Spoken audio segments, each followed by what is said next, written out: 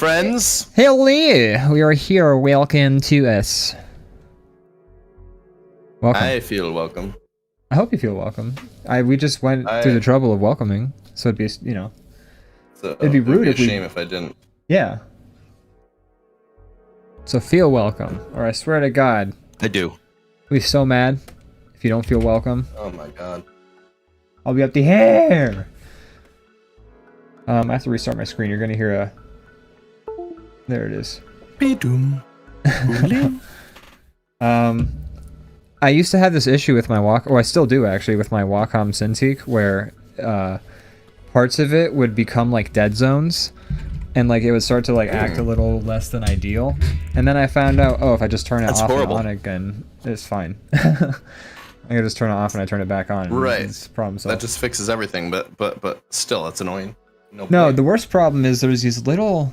Ever since I think I've had this thing, there's these like little black smudges, ever so faint, but in certain environments they're more noticeable. Like I noticed it really heavy when I was playing Forza, and I don't know why. I wasn't in like a white screen. I was like in like the desert or something. Do you play games on the with the Cintiq? Unfortunately, it's the best screen I have. The other screen is oh, okay. Yeah, is like my other screen is like a. What is it? It's a 1680 by like 1050 or something like that. And then the Cintiq's a 1920 by 1080. And man, all them pixels. All them pixels. You got pixels for days, baby. Yeah. So I also know it's a bad thing to use your Cintiq for like all purposes, kind of like, and it's not great because like it also has like. I use mine as a screen all the time. Okay. Right. It's probably not the best for video games, like visually for you, but I don't think it hurts it. I mean, it would be nice to see games at higher than 60 frames per second, but like, you know. I just recently upgraded to like an HDR, like 4K monitor for the first time in my life. So, and to be honest, you know, it's a difference. Kind of tell. I mean, it's higher resolution, but you know. Yeah. The issue I have. I'm not trying to complain. It's just it's fine. I mean, the other one was good too. Yeah. If it gets the job done, it gets the job done. Humble gentleman. You're not like a tech file where you're like, oh my God. Yeah. Oh my, this isn't good unplayable. Enough. I need 8K now. Right. Which I feel like 4K just came out. Like, chill out with the 8K, everybody. Jeez. Yay. There's an 8K? Why'd I buy this fucking piece of trash? Oh my God. Just throw that fucking thing right in the goddamn dumpster. I'm gonna crush it. Right this or I'll buy another one and then I'll have 4 monitors. Oh God. I have a monitor here, a monitor here, I have a monitor here. Pickle Ricky, who like pops in the chat from time to time, is just like always offering monitors. He's just like, yeah, I got like 8, and I don't know why. I should get one. Yeah, sort of. Yeah. I think so. Yeah, I should get one. You sound like the one who should say yes if you're using your Cintiq as a monitor. I just feel weird. Like I don't know. Yeah, like I know. I understand. I know Pickle, but like I don't like, you know. It would.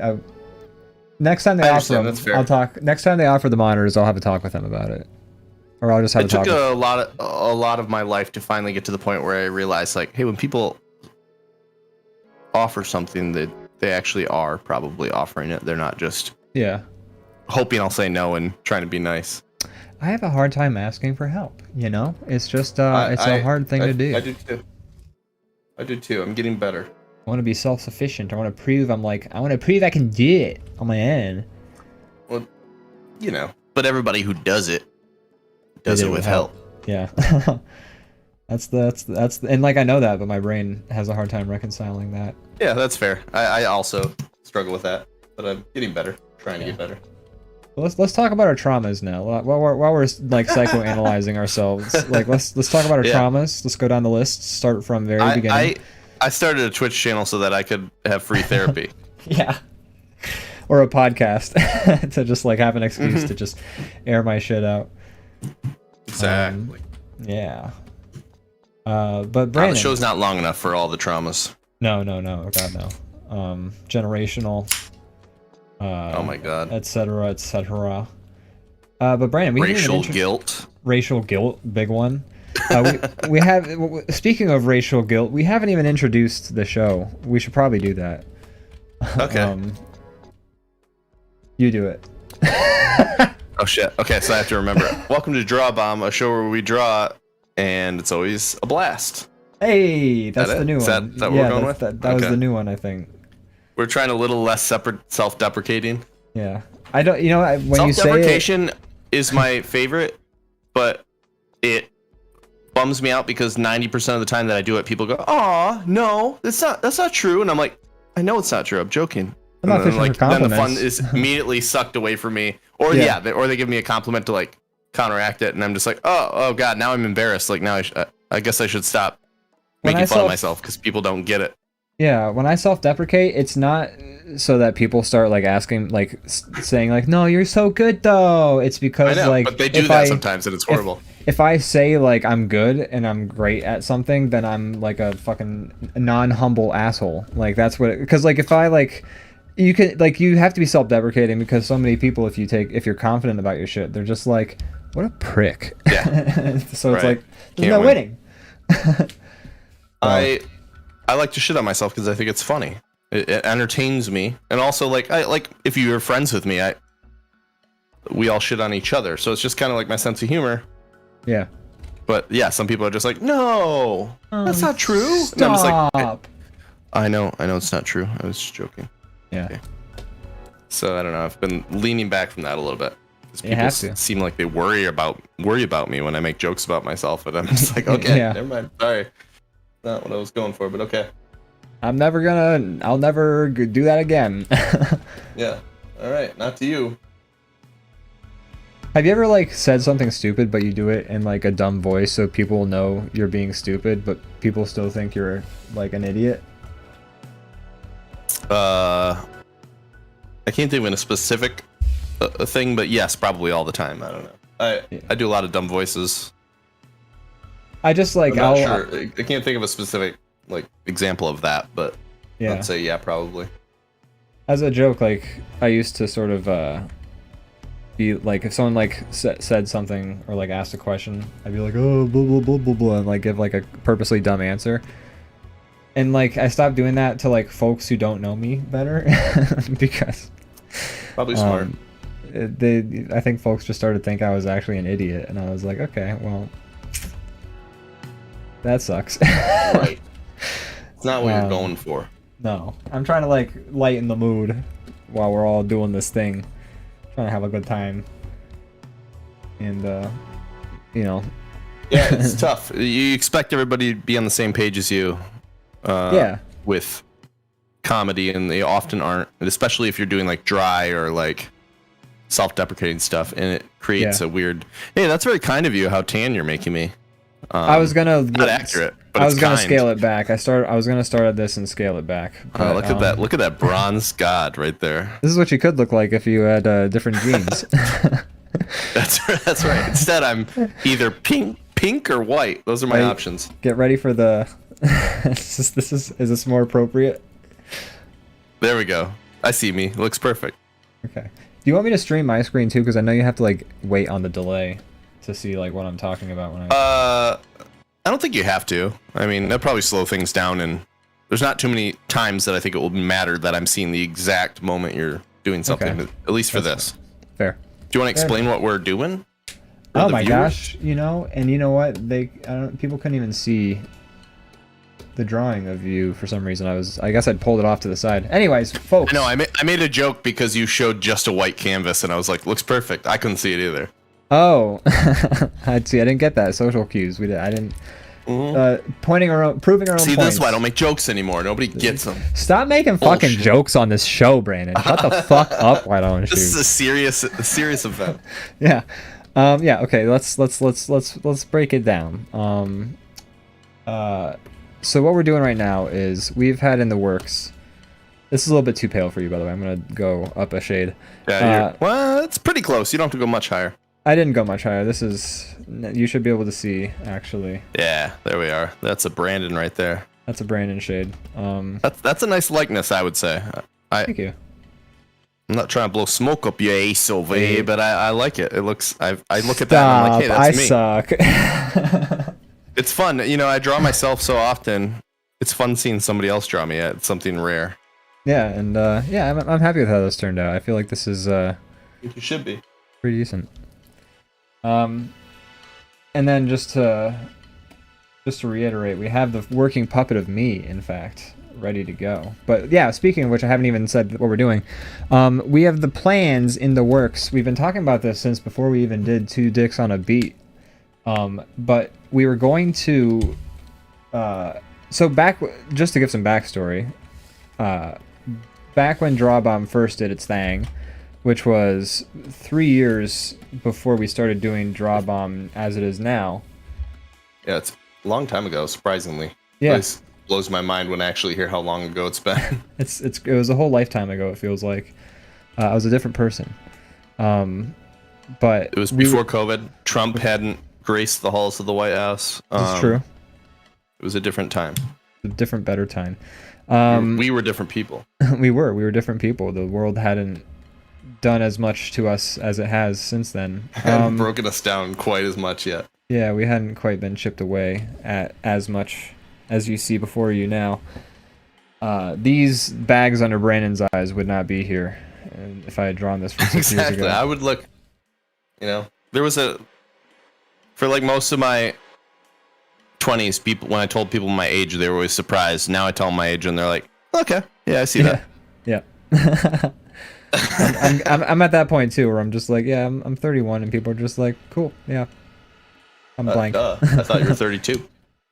Yeah, you look like you're an old soul. You look like you have about 50 years in your eyes. Oh God, I turned 32 this month. That's right, you do. Oh my gosh. I am charging towards 40 with a speed that cannot be stopped. I'm so excited for us to die of old age.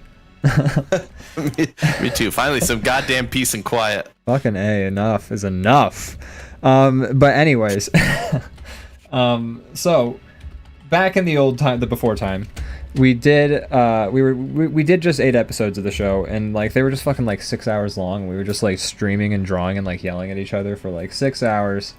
And for one of those episodes, we had our good friend Matt, Many Hats Matt, on, and we did a special D&D episode. And what we did was Matt drew the background and like the world, and then we drew a character for each of us. We used a lot of Google images for backgrounds. Like there was a scene where we were in a bar and we just like immediately looked one up and just like slapped it at the back. No. Which maybe we'll do some of that in the real event. We chose the bar from Cheers. It wasn't just a random bar. It was the bar from Cheers. Oh, okay. I'm pretty sure. Which we got a good laugh out of. But so we did that, and it was a fucking hilarious time. And we have screenshots from it still. We should flip through those sometime. Oh yeah, that'd be good. We should before we do the real one. True. That'd be a fun walk down memory lane. Yeah, maybe I'll put together a video. That'd be great. Yeah. We could do some voices for it if you wanted to. Yeah, I'll see what I can put together in time if we get enough progress done. Like, we're trying to get this. I think we want to try and get this D&D episode done ASAP, right? I feel like time is of the essence. I should have this talk cycle done this episode, and then hopefully I can get some other things done before we're done. We should be talking I'm down with to Matt. do another. Yeah, I know. I haven't even mentioned it to him, and he's oblivious. Fickle. Yes, he's a hard butterfly to catch. Is how I like to describe people like Matt. Yeah. I feel like it's a very nice. But he's beautiful. He's beautiful, also like a butterfly. Yeah, it describes them in every sense of how you could think of that phrase, in my opinion. When I describe somebody like that, I'm thinking about the whole of the butterfly. I'm not thinking about But so anyways, we did the D&D game, and now we're gonna do it again, and we're gonna get puppets together for it, and we're gonna have out of character puppets for when we're just like talking and not involved in the game, and then which is what I'm working on. Then Brandon's working on a puppet for his character specifically, and then I'm gonna work on a character for my puppet for my character specifically. Yeah. And then we're gonna do some mouths. Am I right? Yeah, that'll be quick, I think. Yeah, 100%. And I'm also 100% on board with the.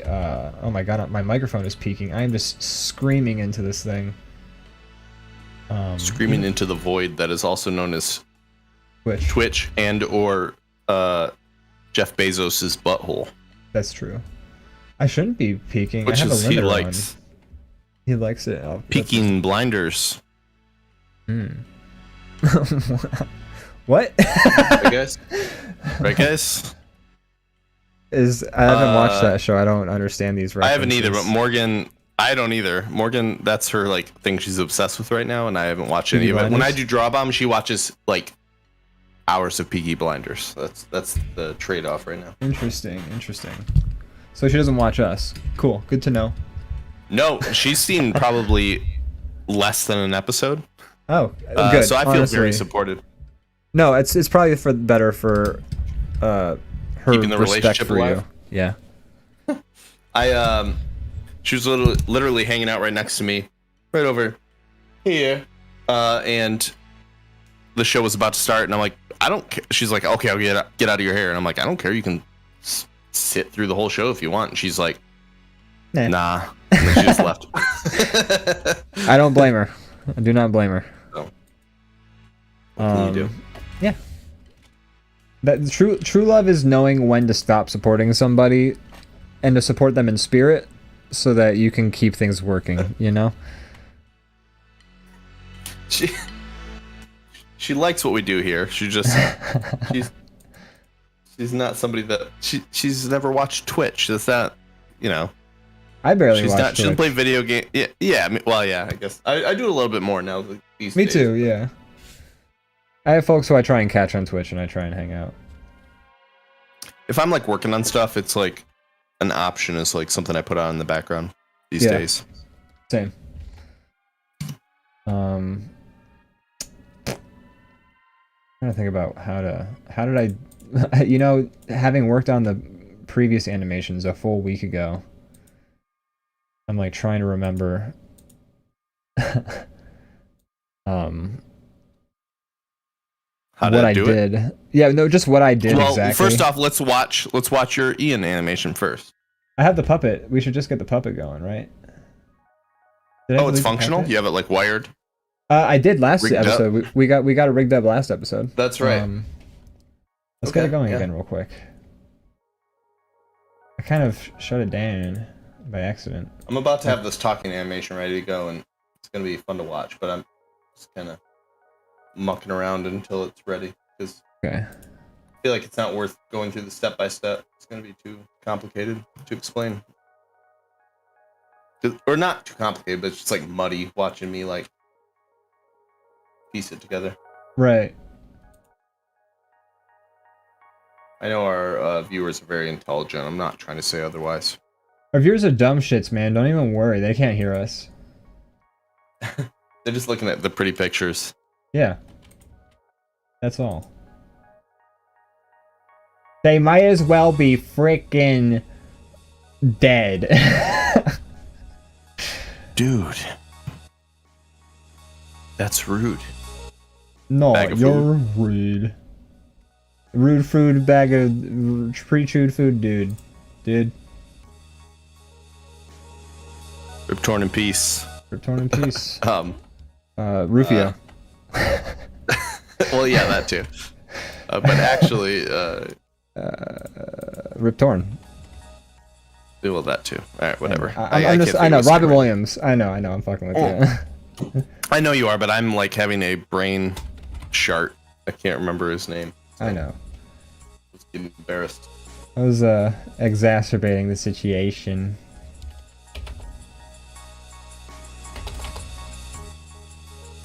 I'm getting this puppet. It's almost set up.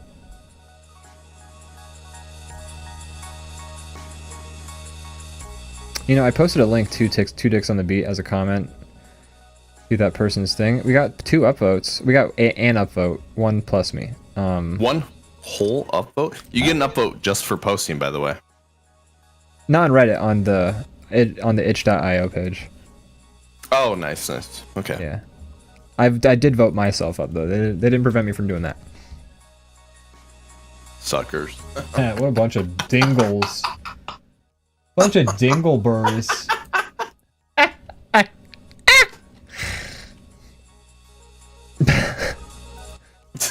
We're normal people.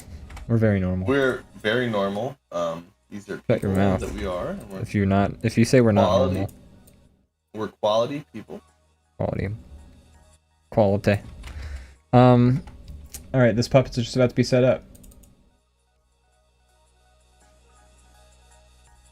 Bada bing, bada boom. Oh no. And then it's going to be sat at a table, but it's going to be there for, you know. I'm going to be sitting in the middle. It'll be you on my right, and then Matt on my left. So when my character's like looking left and right, yeah. That's a puppet right there. Dude. That's a puppet. That's a puppet right there. I want to see, honestly, what you should do once you get these set up is have us be able to talk to each other. Yeah, I'm gonna set up the scene. For the visual. Yeah, for sure. It's gonna be. Once I'm done with this puppet, I can also help with that room or whatever if you want me to like do like anything. Honestly, I might want you to just do Schmizzard the Wizard because I love what you're doing with that. Okay. And like, you know, it's kind of like how we both handle different scenes in Two Dicks on the Beat. It kind of worked out because we kind of kept the visual clarity. I loved our characters in. I mean, I'm not trying to like suck my own dick, but like I loved the. We'd probably get some more views. TOS. Drop trout. Sorry, go ahead. But I liked the characters in Dicks on the Beat. Like both versions of them was very fun. Yeah, I put like extra effort into the main characters, and then everything else was like a little less. But I think that's good, and I think we should do this the same way, kind of. Yeah, I agree. Because Matt's gonna be drawing the characters on the fly too. It's gonna sort of like since like these like it's great because like this is the more realistic style because it's us in the real world kind of having the conversation. Then in the fantasy land, it's got the more stylized your thing, and then like everything that's improvised is just gonna look improvised. So it kind of like the puppets' visual style, I think, are gonna fit thematically. Yeah. That's how I think. Yeah. Yes. Did you see? Speaking of Dungeons and Dragons, have you seen the trailer? There's a trailer. No. I should. Right? It's up to you. What do you think about it? I think if I could describe it, are they going the right direction, or are they doing some weird thing for the wrong people? Is it like Big Bang Theory, where it's like created by people who have never played Dungeons and Dragons? Like that's kind of what I'm worried about. I don't get that sense. If I could describe the movie trailer, it makes the movie look cute. It's like if Game of Thrones was cute. Right. But not like cute like Hello Kitty cute, but like cute like how Brooklyn Nine-Nine can tackle very serious subjects, but at the end of every episode it's still like a cute show overall. You know what I mean? Yeah, and I like some of the people in it, so like cute work. Yeah. So it's like a movie. The movie itself looks like it's gonna have like fighting in a fantasy world, war, maybe dragons, danger, we helped a bad guy, but also overall it just kind of looks cute. Does he get sucked in, or I didn't see the trailer? What's the concept? So from what I understand, as far as I know, there's no out of the game like element to it. It's just a movie that takes place fantasy in the world. Movie. It's a movie that takes place like because DnD has like lore in its books for players to work off of, like all of the campaigns that you can like run that are. That's like, what I was hoping for, because every D&D thing ever made has been I got sucked into the game. Like that's just make here's a campaign. That's what this movie playing by the rules of D&D. Yeah, and that's what it looks like this movie is doing. And there's an owlbear in it, which is a D&D specific creature. That's the one thing I've seen without watching the trailer because it's posted everywhere. Of course it is. And also, as a like little like surprise for the end of the trailer, you know, Chris Pine has been like clearly the leader of the group that they like. The story is, the story feels very Dungeons and Dragons from what I've seen, because the story is they're a group of adventurers. And they've like done a dungeon, and they've given the artifact to the guy who like sent them to the dungeon, and in classic like D&D campaign fashion, that was the big bad evil guy, the BBEG, and so they inadvertently gave the classic term. They accidentally gave this mystical artifact to the bad guy, and now he's like all powerful. So now they're undertaking the quest to like undo the shit that they just fucked up, which is like, you know, as for everything else in the trailer, like whether the CGI is good or whatever, that's a D&D story. It's a lot of how right D&D campaigns go. That's 100% a Dungeons and Dragons campaign story, and so for that alone, so I was like, welcome to the festival, and you fuck something up, and then a monster releases, and you're like, shit. Exactly. we gotta clean up our mess. Yeah, it's always can you move cleaning your up a puppet mess. slightly to the middle so that you're not blocking all my beautiful work? You son of a bitch. Could you please? Yeah, I'll get rid of it. Thanks, bro. You're so welcome, bro. Oh man, I look like pretty creepy right there. No eyes. You do. Are you making it bigger so it blocks? You son of! I will find you and kill you. Oh, I forgot that you're on a delay because I've already fixed it. So yeah, I did sorry make about it. that. I said it wouldn't come into play, and then it did. My bad. It's okay. It's okay. But we've seen that the puppet works, which is fun. And your puppet's gonna work pretty much the exact same, minus the looking left and right. He'll be done real soon. I'm just working on the frames, and I gotta color them. Cool. But yeah, so the plot of the D&D movie looks to be very in line with what you would experience in a D&D campaign, but it's also operating within like D&D lore, like the set lore that's like within D&D, like the books that you get, like those modules are all like, there's a history, like there's like a storyline present in like all Dungeons and Dragons, and always has been. It's just, you know, a lot of folks don't care about that. Like, you know, you and I, we end up making our own stories up, I think, in that game. Or playing with folks who do. But, you know, that stuff is there in case you want to, like, work within, like, this. It kind of helps you if you're a burgeoning DM who wants to kind of, like, really get into it and, like, learn how to run a toy campaign. I feel like for the first time in history, movies are finally looking to people who are experts on the source material. Like, in the past, it was like, you'd get something that's like a niche thing, like, or niche thing, depending on who you are. Yeah. That was like this video game everyone loves, and then it seemed like the director was like, I'm saying this. Like Sonic happened like a year or two ago. But they solved their issues. But yeah, it's like the person in charge of like the creative design was like somebody who was like, how hard can it be? Yeah. It's a fucking video game. You fight the monsters, it's easy. I can do this. And it's a fucking video game. Hire people who are passionate about this thing, right? Like, because the people who are going to buy the tickets are also passionate. So what are you doing? And I feel like they're finally getting it a little bit.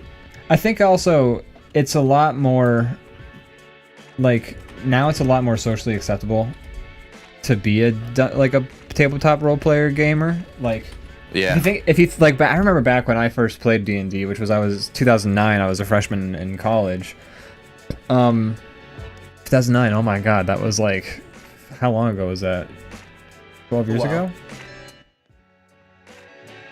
I think that was 12 years ago. But anyways, I'm old.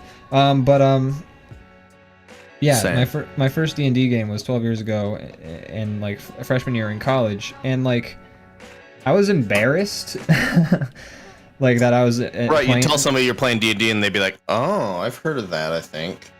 Don't you like just fucking like dress up and like hit each other with swords? And it's like, no. I'm like, yes, I do. So what? You got a problem with that? Yeah, fuck you. I have a good time I'm enjoying my life. How about you, Samantha? I'm miserable. Yeah. But so I just remember, like, and it's a lot more socially acceptable, I think, just even 12 years later, to be playing Dungeons and Dragons. There's like, that's why they're making a new D&D movie after so long, and you know, they have Chris Pine in it. Like, Vin Diesel is like I play Dungeons and Dragons, bro. And that's what that like got him a bunch of nerd cred, was just like, oh yeah, Vin Diesel plays D&D. Turns out like there's been like podcasts where like Vin Diesel plays D&D with fucking like Superman, and just insanely famous people just playing Dungeons and Dragons with each other. So it's like, yeah, then it's fine. Like, the floodgate is opened. The trick, I bet you a lot of actors have played it because it's a very like improv-y game. It is. Draws people in who have like a kind of theater mind. Yeah. I've actually been like talking with like when I went back to visit friends in Philly, a friend of mine who is an actor was talking to me about like a D&D game that they were setting up, and you know, they were talking about the possibility of me being in it, and I was like, yeah, I mean, I've played it, so you guys haven't. I could be like the guy that helps y'all. But that's a big commitment though, because I will say, like, yeah, people who haven't bought a D&D, like, it's kind of like takes some time to get going. It does. I mean, honestly, like, you had about a year ago, you guys had a D&D 24-hour stream on your Extra Attack RPG channel. Correct. And you invited me to do like the nighttime the block, graveyard and I was shift. like, yeah, I can do that. The graveyard shift, and I'm like, yeah, I think I can do that. And then like, turned out I didn't know my shit at all. Like, I'm like, all right, what does this mean? What do I? Because I played like a very like our DM was very kind to us and like did a lot of the work. Oh. So I was kind of like, maybe I was just being like insecure, but I felt like I was like, everybody was like, how do you not know how to do this? Come on. To be fair, though, we were flying by the seat of our pants in that particular campaign, and it was the middle of the night, and everybody was exhausted. So exhausted. I fell asleep right after. Yeah, that was a rough night, but it was I was fun. excited. We've never actually played a legit. My avatar showed how excited I was. You're like, just draw something quick, and I like showed up with a drawing, and you're like, this is too much. Yeah. I'm like, oh. All right. Tone it down. What are you doing? But we've never actually played like a legit D&D game together, I think, which would be interesting. We haven't. That'd be very fun. That would be fun. Something to think about. Something to ponder. DM'd? I've DM'd before, yes. I'm decent at it. I'm not like great at I like the idea of it. It's a lot of work if you want to have like a good campaign going. For like, sure. You gotta put some work. Although I also found out, like, when I first started the campaign, I put like a whole day's worth of like effort and like prep and planning, and I planned like so far ahead, and then like they didn't use that. Well, they both blew through certain aspects like insanely quick, and then took forever on other aspects that I thought they would just blow through.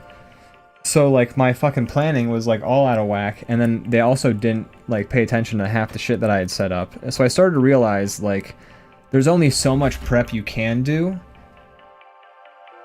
and you have to sort of figure out what that line is for you where you over prep and like throw yourself off the game. Because like if you over prep, you like you kind of like get stuck in this weird mode and you can't improv. It's a weird skill that you definitely have to like. It's like a muscle. Hard needle the thread. Yeah. And there's a lot of YouTube videos. A lot of improv. There's a lot of YouTube videos too about like, you know, what you can do to be a better DM and things like that. And I do find those videos interesting. I haven't like run a campaign since I found those videos, but like I watch them because I'm like, oh, that's fun, that's interesting. But it's hard. It ain't easy. In general, D&D on all ends is like effort and work, but it's like it's rewarding for it. For sure, I agree. One of the main Reddits that I read is the D&D Reddit, and there's just like so many like so many threads where it's just like, hi, like this friend is like just being really confrontational and weird in our games. Like, what do I like? There's I like how I was just asking for help with dealing with social stuff. Yeah. How do I deal with this asshole? Because like so much of D&D is like this social element to it, because you know it's a game where you're playing with a group of people in a room locked in there for like 2 to 6 to 12 hours maybe. And you're just gonna like, because it's also like this this imagination game where like you're really trying to like go all out, you're just gonna run into the weirdest quirks. Like you're gonna find sides of people that you're just like, I don't like this part of also Gary. It's like, oh, you're an asshole when it comes to fantasy. Yeah. You just want to like fuck shit up and break the game. A lot of people who are new to D&D will, that's their goal, is to break the game. I don't know why they don't. And then once they get it, they're like, oh, well, that was stupid of me. That I ruined the fun. But they don't realize that they're just trying to push the boundaries. They're new to D&D. But I've seen that more than once where they're just like, all right, how far can I stretch this thing? Like, can I break this? Yeah. And then they do. And then they're like, oh. My bad. No. Yeah. My bad, guys. Did I make it not fun anymore? And the answer is yes. Yeah. Yeah. I got Z Newts in the chat says, that's I'm shit at D&D, dumbass in real life. You'd be too hard on yourself. Oh wait, am I doing that thing that I said earlier where somebody's being self-deprecating and then you? Yeah. Yeah, you are. Fuck you. You fucking dickhead. Yeah. That's the better answer. That's how we're responding to self-deprecating humor from now on. We're telling, oh yeah, you are. Go fuck yourself.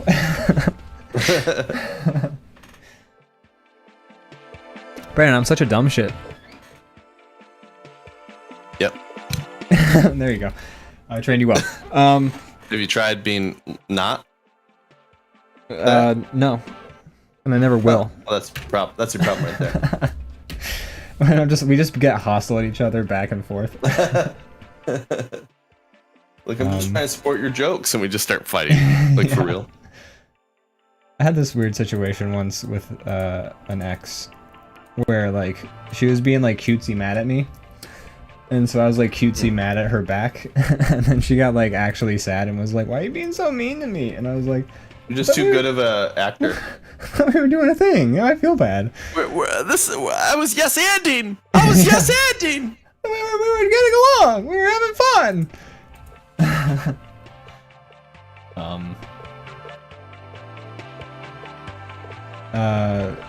Anyways, the D&D trailer looks fine. Oh yeah, the surprise at the end is that Chris Pine, who's been the leader of the group the whole time, it turns out he's the bard. So like, I was gonna guess that. I was about to say bard. That's great. And so like the whole time he's like making like plans. There's like in jokes. Yeah, there's D&D specific comedy? humor. I don't know. It looks like a fucking action comedy, like a Marvel movie is an action comedy. Yeah. That's kind of what I think that's what will lend itself best to this thing, because when you play D&D, you don't take it seriously. So depends on the people you play with.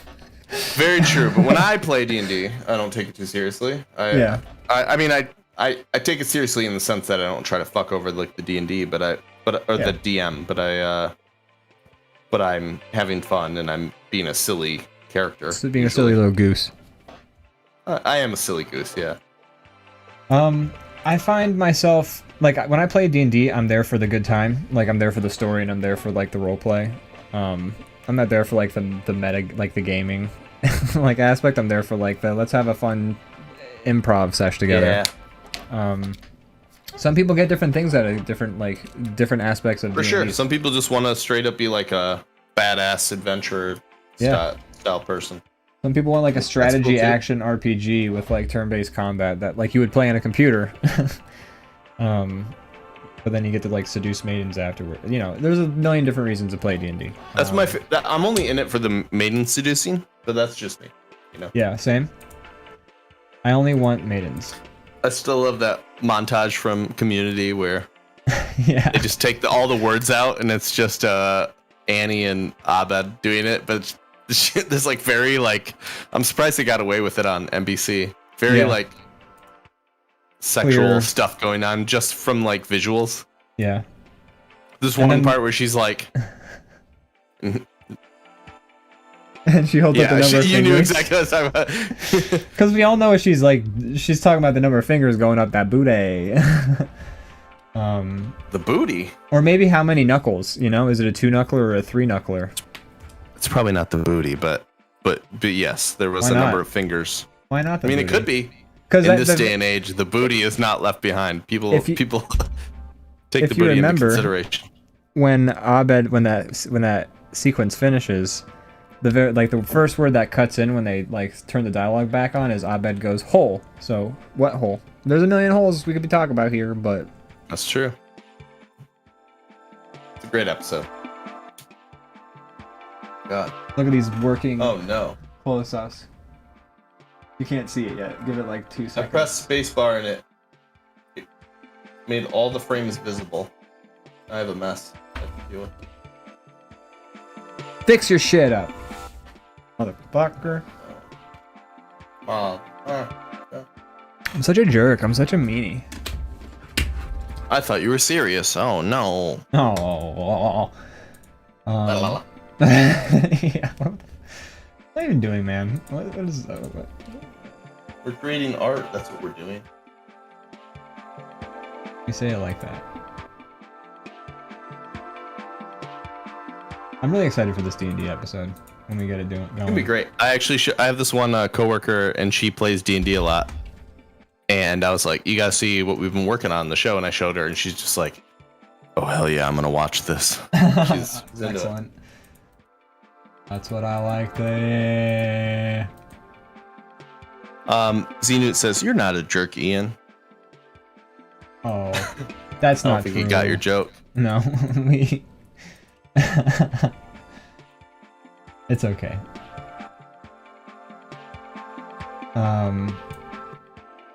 Animation's tough. I just want to say that right now. It is. It takes a long time. So this, who knows? Maybe it'll be a third episode of us doing this. There probably will be, honestly. I wouldn't be surprised. But that's all right. I'm enjoying this a lot. It feels, as much as I love normal DrawBomb, this is like a fun change to just like actually be working on something. Yeah. Very, a little more satisfying to me. Yeah, instead of just doing rando doodles.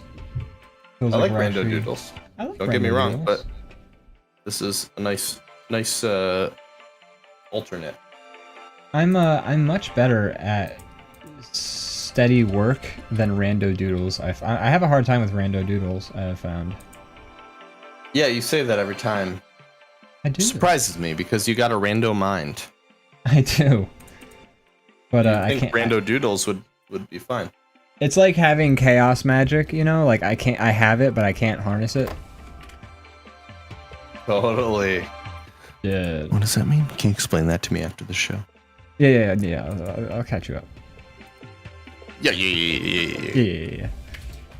Anyways, Chris Pine plays a flute in the D&D trailer. That's all I wanted to. Oh yeah, I need to watch. I'm gonna watch the trailer right after this. You should. It looks like it's gonna be like it looks like it's gonna be cute, like a fucking Marvel, like a Marvel superhero movie for the most part is just cute, you know? Yeah. Like when I watched Doctor Strange, I've mostly thought like this is cute, and that's how the D&D movie feels.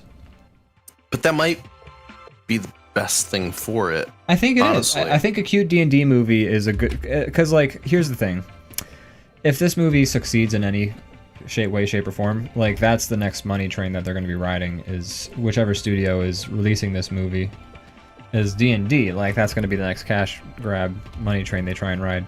If this does well, this is a good, you know, just like Iron Man, this would be a good way to sort of get the ball rolling for a Dungeons and Dragons cinematic universe.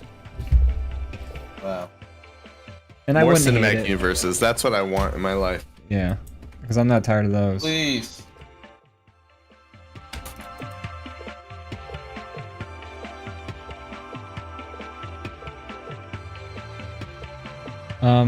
But yeah, I mean, if there were some more Dungeons and Dragons movies to enjoy, I would be okay with that. I mean, yeah, I'm not gonna complain about that. Didn't the Critical Role cartoon get like a second season right away? I haven't seen the Critical Role cartoon. I haven't either, but I heard it's good.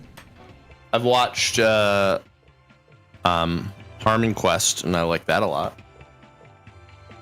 Have you watched any of that? No, I haven't. It's pretty great. It's like basically they have their improv group. It's like their classic improv group. They're playing D&D, and then they bring on a celebrity. Every episode is a one-off character that's going to like probably die or leave that episode. And there's like 3 seasons of it. It's great. And it's got like Dan Harmon, and like it's got like shit. Who else? Like I don't know. I can't think of all the people in it, but they it's fun, and they bring in lots of improv comedians to just like play a character for an episode, and it's all animated like in like kind of like an 80s style. It's pretty fun. Gotcha. Check it out. I don't know where it lives, but it's great. I've seen like trailers. Like I saw trailers and stuff for it when it first came out, but I never ended up watching it. I think it was on channel I didn't have access to at the time. It was on like some of those weird like streaming services that have died, like Tubi type stuff, or Quibi or whatever. BB. I don't know. Weebsters. BB, Poo Poo, and TT. DD Poo Poo Papa. Are you doing an audio check? No, I just... sorry, I'm actually a little distracted. My brush is acting very strange, like when I'm trying to draw your mouth right here. Draw my mouth right. No! I demand satisfaction. You see me talk more than anyone, so, you know, make sure it looks like me when I talk. That's true. To be honest, though, I don't, like, pay attention to you when you talk. I just sort of start You just thinking stare about... at my mouth when you're talking to me, I'm sure. I just kind of zone out and start thinking about my own life. Yeah, you're like, boy, where could I be if I was not in this horrible hellhole of a situation? Man, when can I focus on the real important stuff again? Me. You know, when can I focus on the real important stuff, like, correcting this stolen election? That's right. That's. I think I'll storm a capital. I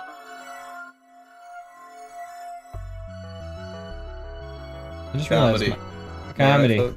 Tragedy plus time. Equals Bucky. I just realized I never made my jaw move when I'm talking. Get in there. I'm gonna do it. I'm gonna fix it.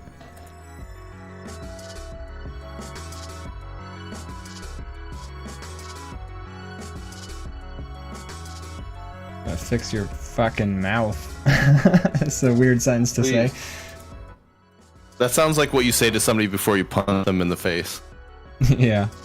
I'm gonna fix your fucking mouth. Pop. Like a line from Letterkenny, and I haven't even watched that shit. Yeah. Hey, pal. I'll fix your fucking mouth.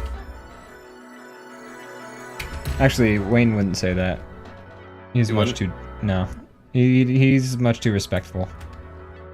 He'd be like, don't say that stuff to a lady, or something like that. He'd only fight the guy if, like, the guy was being dangerous. Seems like he's always looking to fight people from, like, the little teeny bit I've seen. Is that not true?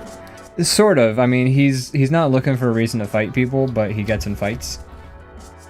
Okay, fair enough. It's hard to explain, because it's very particular to the show. Pretty good explanation.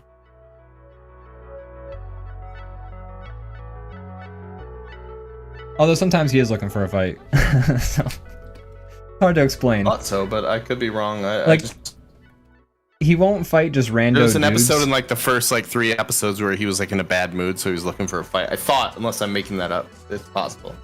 In the first episode, he's like getting challenged like as the toughest guy in Letterkenny, so it's. Oh, that's right. That's right. Yeah, and like he's not even. I mean he accepts those fights, but. Oh, is Letterkenny the name of the town? Yeah, Letterkenny is the name of the town. Is that a real place? No, not at all. Oh, okay. It's just sort of supposed to. It sounds like a real. It does, yeah. Or it sounds not real, but sounds specific enough that like somebody would use it for their show. I can believe it as a real place, like Letterkenny. Like there's hell, and there's like a million different other. That's in like, Michigan. Wacky places. There's also a hell in Pennsylvania, I think. Also. No, it's a Michigan exclusive. It's only one. No, you're confused. No. You might as well take that one up with Big Boner, North Carolina. What a great place. I want to move Great place to go. I think this puppet might be ready to go. Hell yeah. See it in action. Gonna. But like in Letterkenny, Wayne would only get into a fight if you're challenging him because you think you can fight better than him, or if you're doing some shit that you deserve to be knocked out for. He's chaotic good. Yeah, exactly. He's actually more lawful good, honestly. Like he's very lawful good. If he was like a D&D character, he would be a paladin. It's good to use those terms right now because we're find D&D Yeah. characters. Get yourself acquainted, mofo.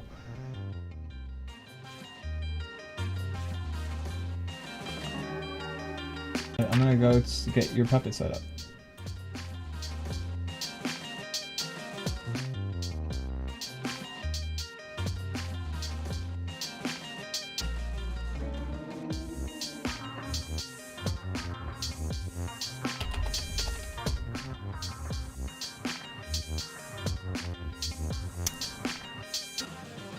Let's get that plug-in set back up, hey. What?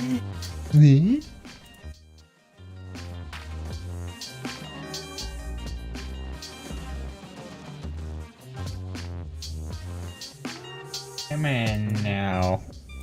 Discord copy and paste. I'm not gonna look at it until it's done, but I think this talk animation is gonna be very fun. Your talk animation? Yeah. I hope so. Boy, I hope so. No, it's not very good. No, it's terrible. You stink. It's shit. You never made nothing good, that's for sure. Too deep. That one hurt, man. Oh no. You'll never made nothing good, that's for sure. Hey, it's like, oh, hey, you've been talking to my inner monologue. Yeah. Oh no. You guys are on the same page. Hey, have you met my imposter syndrome? He's a real dick, but he will never fucking leave, even though I've suggested he does so. Doesn't know when to say goodbye. No, no, no, no, no. Uh-oh. Yeah. Pepe? Oh, there we go. Hold on. Brandon, say something. Hello. Something's going on with this thing. Hold on. Oh boy, all our drawings. Oh, there we are. The idle animation's not working for some reason. Try that again. That's pop pop pop beep beep pop pop pop pop pop pop beep. Oh, it looked like it was working for a second there, right? The talking animation's working, but not the idle animation. Also, the frame rate's too low on this thing. No, that's about how that's about the speed I move. Yeah.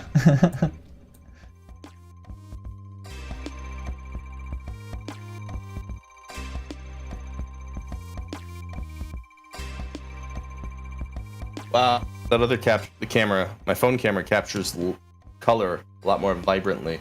Oh, it sure does. What do you think that is? I think this one is a better quality camera right here. So yeah, this is more what it looks like in real life, and this is more like the like temperature is high off. exposure, like weird, like less quality camera. I don't know. Yeah. I think you're onto something, bro. Yeah. Bro. What? Yeah, bro. I'm gonna go grab a frosty one, and I'll be right back. Okay. I drank my last frosty one yesterday. I just went on a binge. Oh no! I wish weekend. I wish I lived close enough to you that I could deliver frosty ones. You're too kind. Maybe one day. Once DrawBomb is highly successful and we're making a load of money, we can move to someplace. Any day now. As a home base. Any day now. Any day now, this will be worth it. He left, but he would have laughed at that joke I just made. I know he would. Bro, I know he would. Right, I'm trying to get this puppet to work. Sometimes, though, it's just a matter of having to restart OBS to make these puppets work, so... Like, when we were setting up 2 dicks on the beat, I had to restart OBS infinity times. I'm back. I heard your joke. I wouldn't laugh at that. Oh, okay. My bad. I'm just kidding. It's oh, okay. I guess I'll just go fuck myself. No, I like to think of it like if you told somebody you were very offended, they're like, oh, okay. And then they just like did like head empty, no thoughts. Yeah. What were you just mentioning? There was some show where somebody was like, we don't like you. And they're like, he's like, all right. Oh, that was Brooklyn Nine-Nine. Brooklyn Nine-Nine. It's this guy, he's like this douchebag detective, and he's just like making the worst comparisons to things. He's like, yeah, this thing is like a hooker's butthole or something like that. And then like every time they're just like, oh god, that's awful. I don't want to hear that. And he's like, yeah, whatever. I'm a detective. I'm a hotshot. You could go fuck yourself. And then like the one time he comes and he's like, yeah, this is the situation here. And then Rosa is just like, come on, man. By now you know that our general perception of you is negative. And he's like, yeah, I got that. Anyways, moving on. And they just completely like, I'm not blind to that. No, sir. Why is the idle animation like disappearing? Is it like a glitched idle animation? I don't know. Here? No, the idle animation. I mean, I think I would just have to restart OBS. I think OBS just gets funky. As does Discord when I click too many windows in between. Whatever. I don't even care. I hate it. But your puppet's done. I'm gonna call it right now. Your what? Puppet's done. Oh, my puppet. Okay, I thought you were talking about the one I was working on. Soon. No. Actually, your puppet's not soon, done. But we're not there yet. We're not there yet. Did you figure out the issue? I think I just need to restart OBS. Well, if you want to do that, you can. I'll just show you the working puppet after the stream. Okay.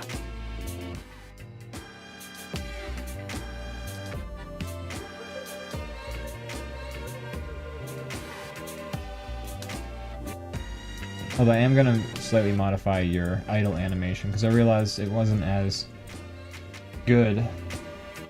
Wasn't idle enough. That's based right. on what you know about me. Exactly. Like, I didn't include him fucking picking his nose, fucking being a piece of shit as much as I should. I've seen Brandon before, and I know when he's idle, and this is not Brandon being idle, okay? Exactly. If you think I'm gonna believe this cockamamie story, you can go fuck. Something. Yeah. You go fuck a lawn chair.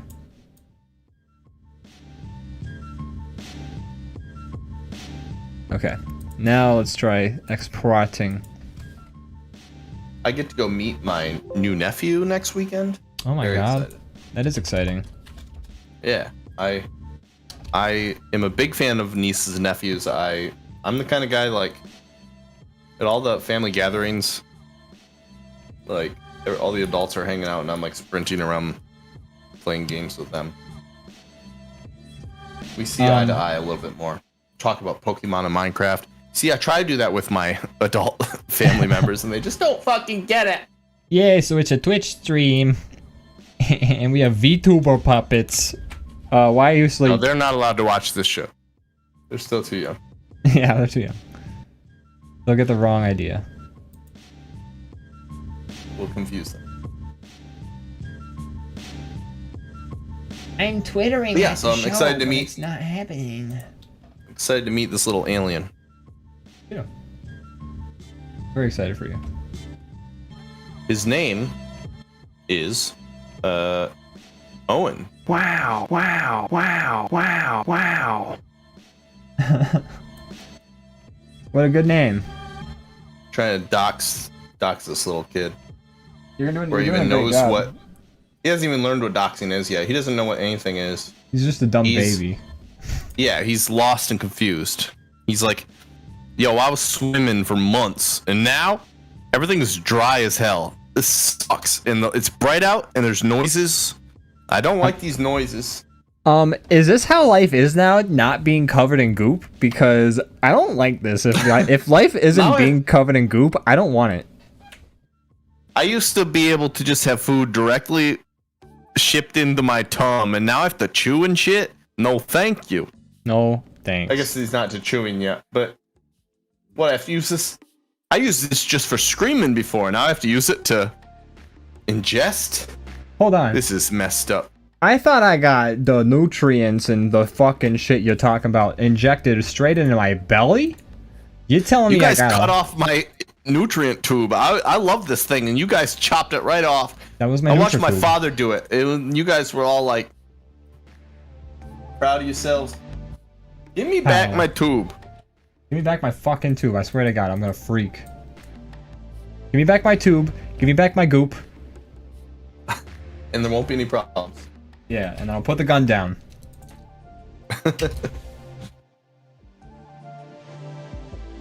It would be jarring. I wonder if babies have any. They have to have some because they learn very fast. But do babies have any kind of like tangible memory in the beginning days? No, I don't think so. I How don't are they remember learning shit. like basic stuff, like how to be a person? They I pick don't know, that up fast. How does imprinting work on a duck? That's a good question. I mean, Well, a baby's learning like how to talk, how to walk, how to be alive. But do they remember like the day to the day? Do they remember yesterday, or are they just like a non-being? Are they like they're alive but not? There's no lights on. well, for a while The lights are on, but no one's home. For a while, they No, don't have it's not. object permanence. True. So like you walk away and they don't think you exist anymore. You So go maybe they're just like, peekaboo, peekaboo. you know, there's a lot of species that do a lot of the development while they're out of the womb.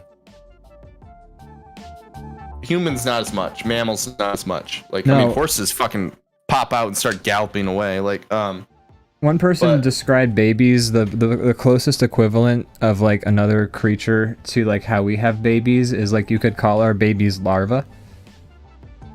right, but larvae, they still go through some metamorphosis. They're going through stuff that we go through in the womb when they're already hanging out.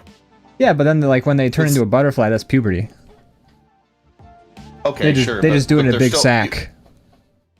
But I'm saying they're walking around eating leaves when they're still like a caterpillar.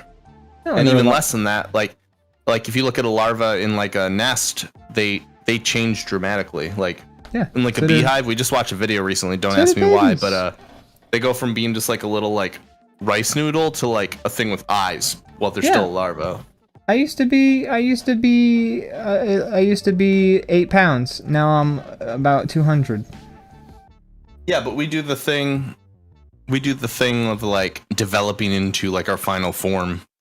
Yeah, that's being a In larva, the womb. and then you're a larva outside, and then you evolve into the final version of We yourself. grow, as but full the bug. baby is still like, it's got all its fingers, it's got its eyes, its teeth, not its teeth. It's got like, it's shaped the correct way. It just grows, expands. You have less bones. You have like 40 bones when you're a baby, and then you have like 160 Whoa, or however many. I didn't know when that. you're- That's Yeah, you pretty have wild. like way less bones when you're a baby. Where the fuck do you think you're gonna fit all them bones?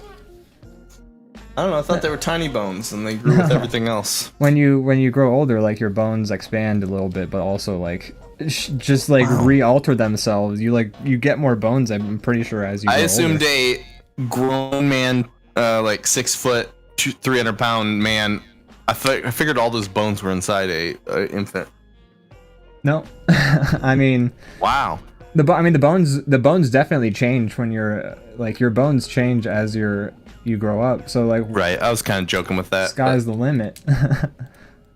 All right. Well, there you Your go. little babies are little larvas. I'm just saying the changes between a larva and like the insect they turn into are more dramatic than a baby to a man. I don't know. I think it's all Or about what? a matter They of are. it's a matter of perspective. But I'm saying like a larva is like a worm. There's Yeah. no eyes, that visible eyes, no anything. They look like it's like a tube, and then by the time they're done, they have legs and bones, and they have eyes, and they have mouth and like, wings and shit. I mean, they had all that It's stuff. more dramatic. They had the mouth and stuff before. How they had to eat like food when they were larvae. Yeah, and okay, stuff. mouth. They have a mouth. That's all they have. They're a straw when they start. They're a straw. Food goes in, poop comes out. They're a straw. That's a baby. They You just turn into, described a like- baby.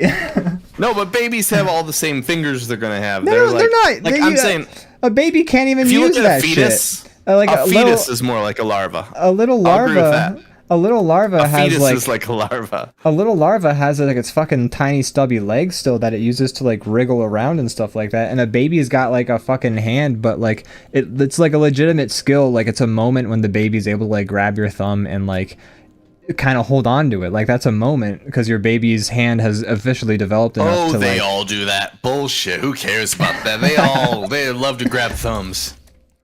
I'm just saying, you know, I think it's a matter of perspective on maybe how much, like if it's as dramatic, like, you know, I think it's a matter of the bug's not changing as much as you say it is, and I think you're thinking that the baby's not changing as much as... All I'm saying is, I think a larva to a bug is kind of like a fetus to an infant. I think the changes are like more like they're starting to look, you know, like a fetus looks still like a goop, and a larva looks goopy. A larva looks kind of like a bug though. Kinda, but it's still missing most of the major parts, and like a fetus doesn't look like a baby. Like it's missing a lot of the stuff. It's like a weird like a chicken nugget. I don't think babies look like people all that much, to be quite honest. They look like little tiny alien raisins. Yeah, but they got all the parts. All the necessary parts are there. They're like, there's no new things that pop out of this baby. It's all there. If you inspect a baby from head to toe, wings, they or got like all a vestigial the stuff. tail. They got all the stuff. There's no new things that are going to appear. But a larva changes a lot. Not if you count tumors, bro. I'm sorry. Oh my god. I'm sorry. Keep in mind, this conversation started with me meeting a new nephew, so don't talk about tumors. Oh my god, you're right. I also called your nephew a larva, essentially. So I'm not like... He is. I'm not very much in the right. I think any parents that are like, he's beautiful, are lying to themselves, because lying motherfuckers. I'm not saying they're hideous, but they are aliens. They're like crypt keepers. You know. I don't. Maybe it's because I've never had a baby, but I've never like looked at a baby and been like, so cute. I'm just like, that poor fucking thing. I've seen a baby or two where I was like, wow, it's a good looking baby. That's rare. Right. But it's not common. That baby looks like it's gonna be a person eventually. That's impressive. Yeah. I can already see the person within. Yeah. That larva looks kind of like a bug. Damn, that is some hot larva action over there. Those bugs are fucking turning into butterflies right before my very eyes. Butterflies before my very eyes. You my butterfly, sugar, baby. Baby. I'm lost in the layers. There's too many layers. Dog, you gotta upgrade to nodes, bro.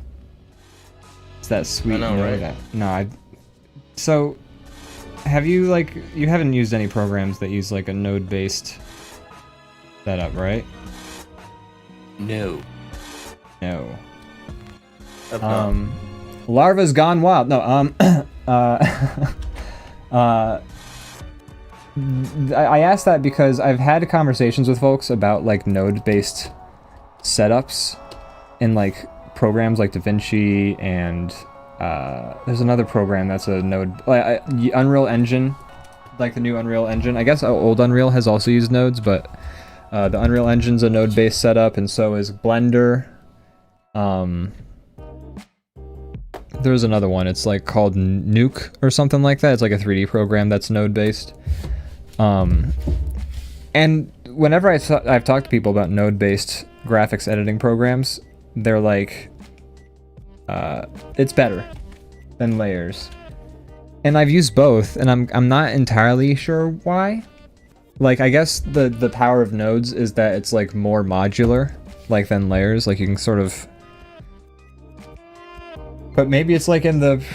I know you haven't used nodes, so it's not like you're going to be able to provide any context or additional insight or anything like that, particularly. But I'm just like, I don't quite understand what the benefit is. Like maybe it's organizational, or maybe it's like the copy and paste ability of it. I don't know. Not sure. But I've used both. I don't know. Seems useful.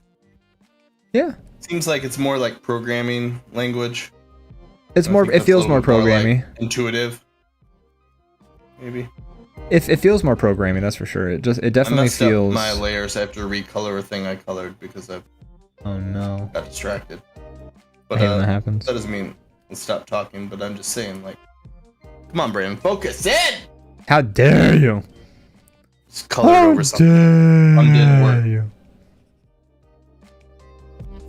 Yeah, I mean, I've seen like what you've done with like DaVinci, and it seems like a cool, useful feature. Yeah, I mean the nodes work. Like it's not like the nodes are like I can't see any way where nodes would be inferior to like a layer setup. Like you know how Flash and Photoshop work. That's layers, and then nodes is like. No, it didn't work. Oh, okay, never mind then. No, I was just saying like Flash was like. No, Flash did not work. Program that broke all the time, and they never fix it. It still does the same stuff, I think. If you made an animation like over 10 minutes, the sound would just break. Yeah. No, Flash is still as buggy as ever. I enjoy animating. They renamed it though, so we're all good. Yeah, they have like a bone system now. Once you use like Toon Boom, it's like, oh damn, like Flash is in the dust. Yeah, I saw like at the end credits of the Bob's Burgers movie at the very end, they have a little. This was animated entirely in Toon Boom, and I was like, well, this movie looked incredible, so. Yep. It's +1 for Toon Boom. Toon Boom's pretty nice. The little I've used it. People swear by it. I would love to get my hands on it someday. But it's fucking expensive.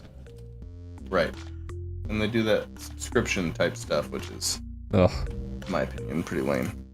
Like, maybe I'll do like a subscription to Toon Boom after my Flash subscription runs out. Oh, okay. So you're already subscribing, so that is not as big of a ask. If that's the case. Yeah. Well, Toon Boom's not Macromedia or Adobe though. True. Oh, but I do like the full suite.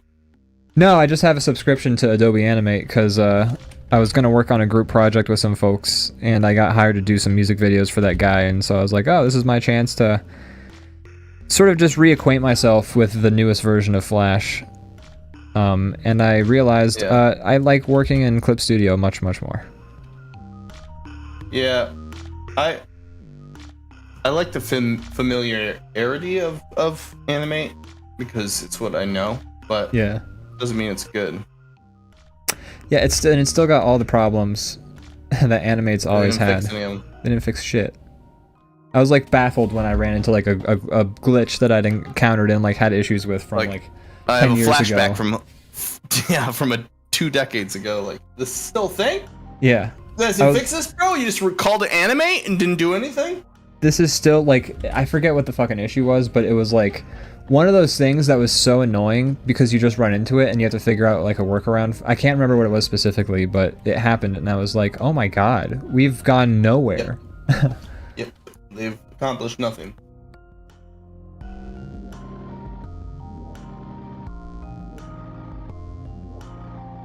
I'm gonna finish. By the way, since I finished your puppet, I'm gonna work on Matt's now, which means I'm like that's the next step. Yeah, I gotta do Matt's puppet, and then I work on the background, and then the out-of-character scene is done. Oh yeah. That's a big step. That'll be like a huge part of the streams. Yeah, I think that's gonna be the most satisfying part of the stream. Yeah. I love I mentioned coworker about what we were doing, and the moment I said like, and then we'll cut back to us at the table like doing table talk, and she's like, oh my god, this sounds great. She loved that part the most. Interesting. So. I think it like I do think it'll add like a nice layer. I have to remember to do it, because like when we were doing 2 Dicks on the Beat, I had to like start like half of the scenes in 2 Dicks on the Beat. I'm like zooming in DaVinci for half of them because I realized that I forgot to zoom in and like do like the camera cuts for a while. But it's a learning process. Keep track of that, but I mean, one other argument you can make, and I'll leave this up to you as the one who chooses to edit it all. Excuse me. You could leave it zoomed out and do the zooms only in post. I thought about that. It's fun to watch way more if you're doing zooms, but I understand, like, I say if it makes your life easier, you know, that's important too. Here's the thing. It's a tough choice because the zooms, they add so much. They add a lot, but they're also, sometimes the zooms are easier if I do them live, and then some of the zooms are easier if I do them in post. Okay. Because, like, sometimes, like, there's actually moments in Two Dicks on the Beat, because, like, the puppets are all, like, repeating frames, and, like, I actually, like, would take footage from, like, when a character was speaking, and, like, trim stuff, and, like, use other footage to make it look like it was part of the same footage. I agree with that 100%. I would do the same thing. Because sometimes I would, like, zoom in, but the zoom in would be a shitty one, and so I would do that to, like, fix the zoom in and make it look like the zoom never happened. And then other times I would do that because a zoom was, like, just off by a hair of a second, and it needed to, like, happen earlier to, like, really kind of make a moment land. So then I would, like, I was, like, constantly tweaking, like, so, like, sometimes the zooms, and, like, sometimes, like, when we zoomed in on, like, the writing on, like, the chief's plaque, where we're talking about, like, how it's just scribbles. He's like, this is just scribbles. That was a zoom we didn't have prepared, so I did that in DaVinci, and that was fine. But also sometimes, like, I wouldn't think to do a zoom, like, when, like, a character's, like, not talking and someone else is talking, I would, like, zoom in on the character who's not talking, which is funny in the moment, but I wouldn't think to do that when I was doing the editing. So, like, there's some times where, like, the choices you make live are better. It's like playing music live. Like, you're gonna make better choices when you're in the heat of the moment. That's true. I didn't think about that. Yeah.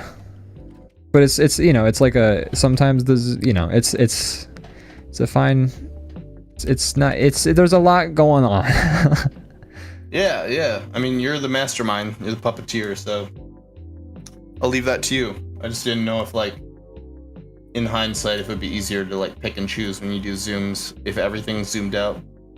It is and it isn't. You know what, if I could, ideally, I would have a zoomed out version of the scene, just, like, recorded, and then, like, the version with the zoom ins recorded separate, so I could, like, if that was possible. Yeah, which it is, I think, but it would be complicated as hell to set up, and I don't feel like. I feel like my editing style, I would leave it all zoomed out and then make the zooms, but I'm not saying that's the way you should do it. I'm just, you know, it all depends on kind of like your director brain and how what your best way of piecing it all together is. Yeah, and, you know, truth be told, especially with this, like, with this D&D project, like, I don't even know, man. Yeah, we'll find out when we get there, and that's what makes it good. Yep. It's gonna be as much as a surprise to us as it will be for all of y'all.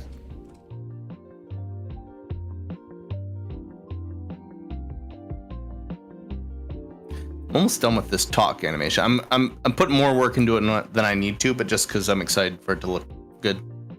I'm excited for it too.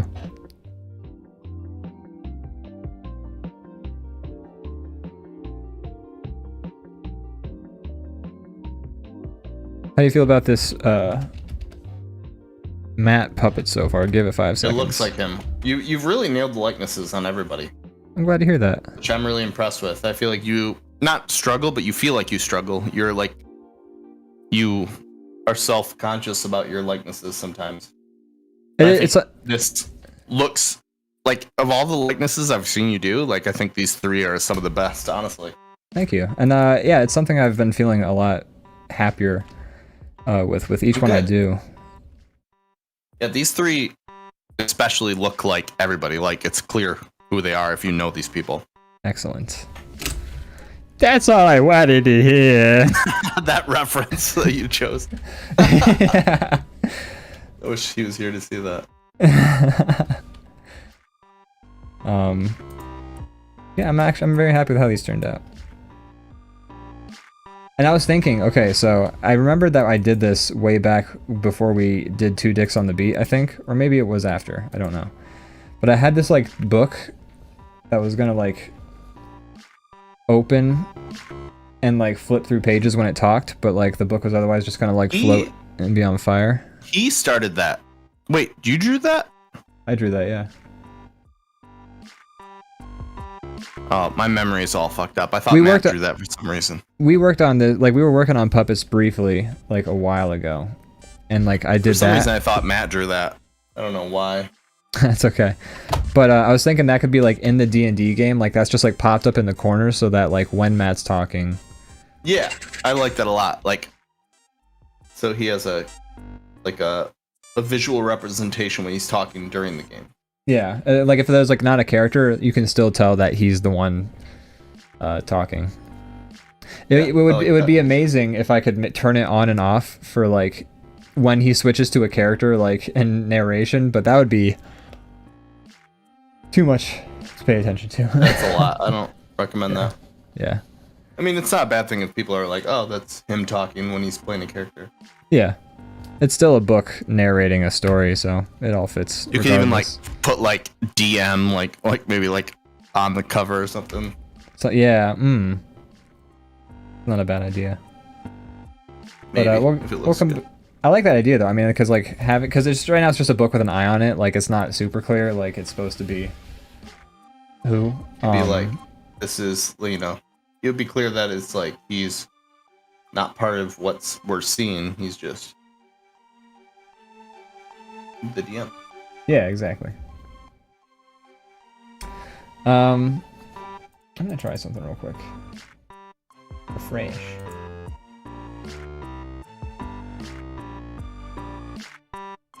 Anyways, but yeah, I'll come back to that book later if we have time. I'm gonna be right back though, and then I'll just get right back to fucking work. Sounds good. All right. I'm gonna keep working on this.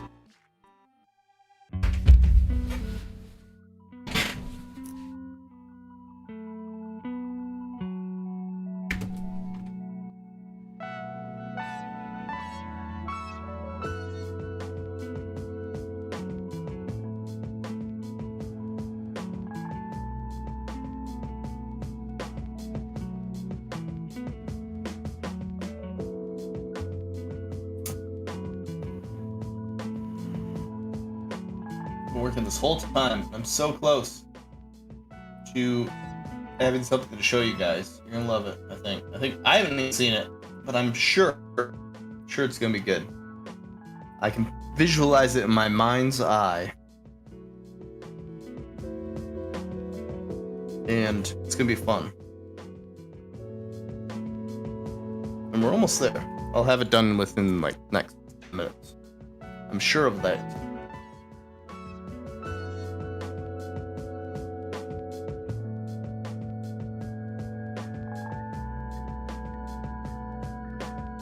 If we have any D&D fans in the chat, like, we may be looking for some NPCs and stuff, so let us know.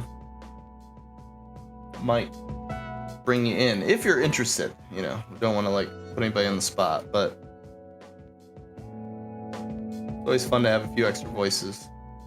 We did that with Two Dicks on the Beat, and it was like huge success. Everybody acted better than we did. It was amazing. So happy to have more people.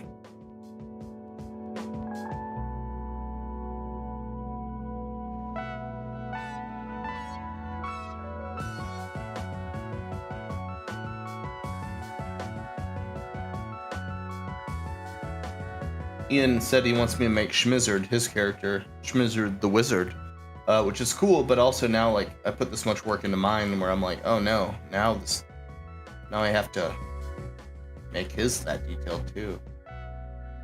Shit. It's alright though. I'm all about it.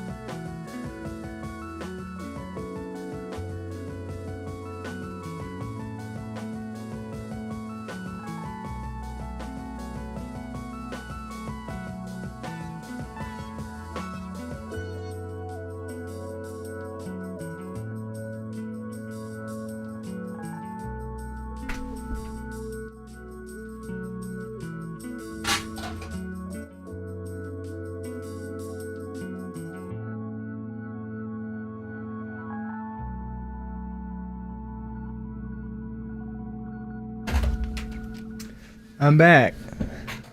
Welcome back. You know, one thing I'm very excited about with this D&D thing is I got a dice roller set up, and I think I'm gonna restrict the dice from to a 1d6 and a 1d20 because I don't think Matt really is interested in getting much more serious about the dice rolls than that. Keep it simple. Yeah. So That's what I say.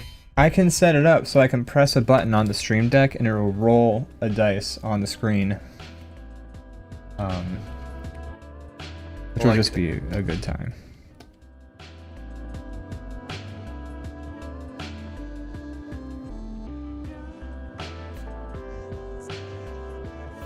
So, I want to talk about that Liam Neeson movie. Let's do it. I've been dying to speak to somebody about this.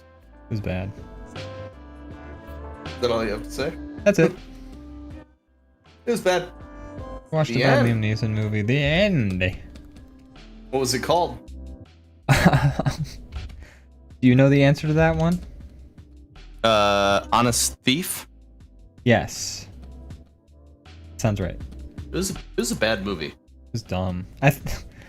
Just like when I try and describe the movie, I can't get past like the initial concept of the movie, and then just like from there, I'm just like, yeah. I mean, I don't know like if I have to get more in depth than that. Like the concept of the movie is just broken. Like it's a bad film. Bad movie. Didn't like it. No, sir. You want to explain why you thought it was bad, or do you want me to go into that? No.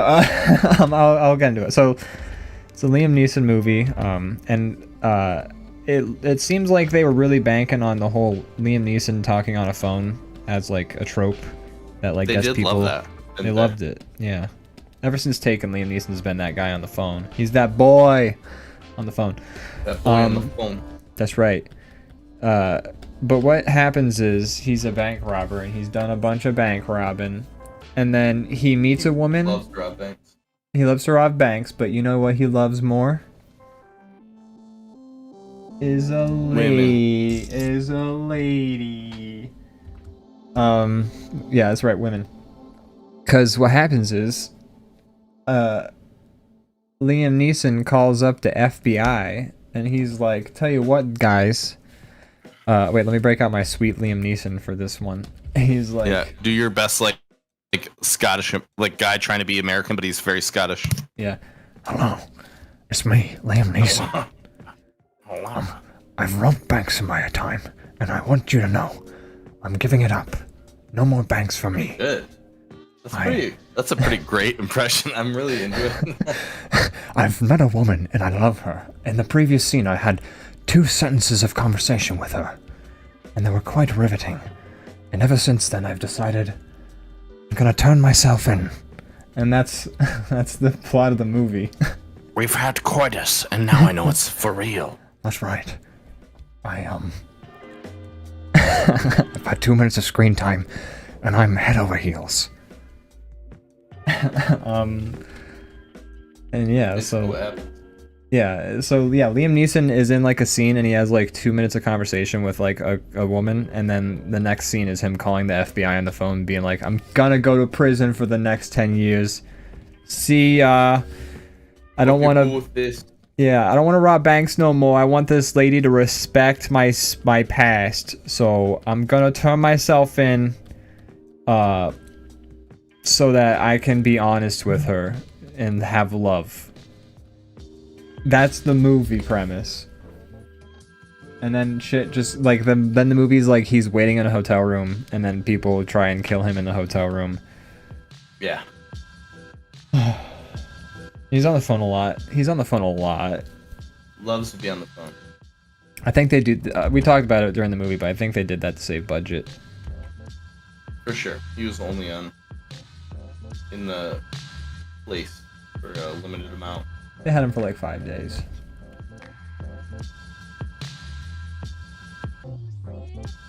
I'm trying to put this together, and also talk. My brain's kind of like... It's okay. Fried. Now you know what I go through every day of the show. Yeah. You see, What gives you the force is a little tiny microscopic organism called midichlorians. There, did I ruin Star Wars for you? You did. Spoiled it. Damn it. Damn it, it's Qui-Gon. Was it Qui-Gon Jinn who introduces the concept? It was Qui-Gon. He was all Qui-Gon over here, ruined the whole fucking series. Qui-Gon fella. Qui-Gon explaining the fucking rules of the Force. That's what I wanted more of, was rules. You know, my space wizard story. I wanted them to explain how the space wizard did it. I wanted all of the magic and mystery gone. I was like, this magic and mystery in this universe set in space with like space wizards? No, thank you. I want it all to be rationalized to death. Exactly. And they did. They gave us what we wanted. Question: If I make Matt slumped down like this, like he's being a sneaky DM. You're not, it's not on the screen at the moment, unless you have done that and I haven't seen the updated thing No, yet. you're gonna have to wait a few minutes. But is it weird that you're not making eye contact with him? And then neither would I be. Like No one will pay attention to that but you. I think.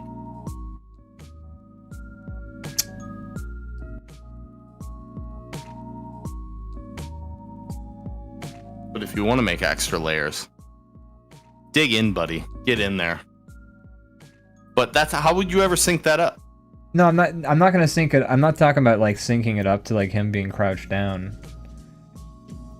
I'm just thinking like I would either have to not make him crouch down like that, which would honestly just be easier anyways, because I don't know. I don't think I think him being crouched down is fun, but like for a little bit, not for very long. And then you're just kind of like, wish this puppet was normal, and that the eyes made eye contact.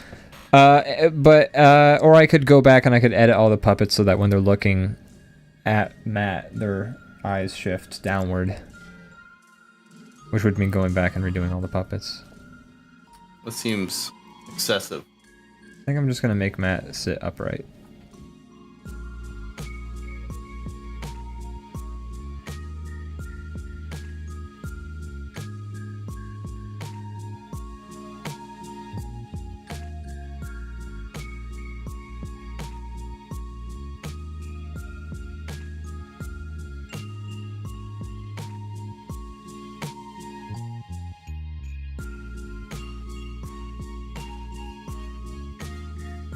Oh man, oh man.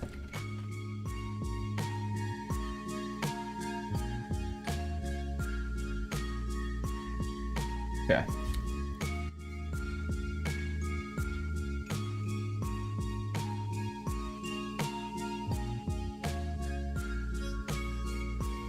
I like rethink the entire posture of this puppet now. Right.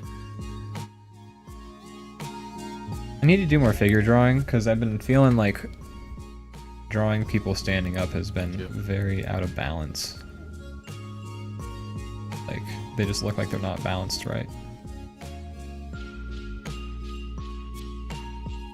Need to do it again, but you know what's better than figure drawing with like one of those websites where you get like pictures that you like scroll through and then What's that? Just going to an actual like live figure drawing class with like a person there. For sure. For sure. It's you have that at your fingertips? Do it. It's very useful. I don't have it. I'm sorry. I know you. I just realized you said if you have it at your fingertips, do it. But I thought you said, do you have it at your fingertips? And I said no. Oh. No. So you're like, if you have it at your finger. If you do, don't. No, I disagree with him. Yeah. Sounded like I was cutting you off to say don't. No, I don't agree with him. If you got it at your fingertips, no. No. Don't do it. He's wrong. Don't listen to his lies. He's a snake in the grass. But yeah, if you have it at your fingertips, if you want to do figure drawing and you can, that's live, do it. It's just so much better to be able to like move your head and it actually like like you get a better sense of the shape you're looking at. So you can like, it helps with the three-dimensional thinking of everything. Here's my animation. I'm gonna maybe adjust the body to move with it. That's his talking animation. I love it. If I can make one recommendation. Yeah. You can make one. If you try to make two, I will fucking end you. But I'm open to one. Maybe have like him like kind of bounce just up and down slightly. Yeah, I'm gonna adjust his body still. Okay.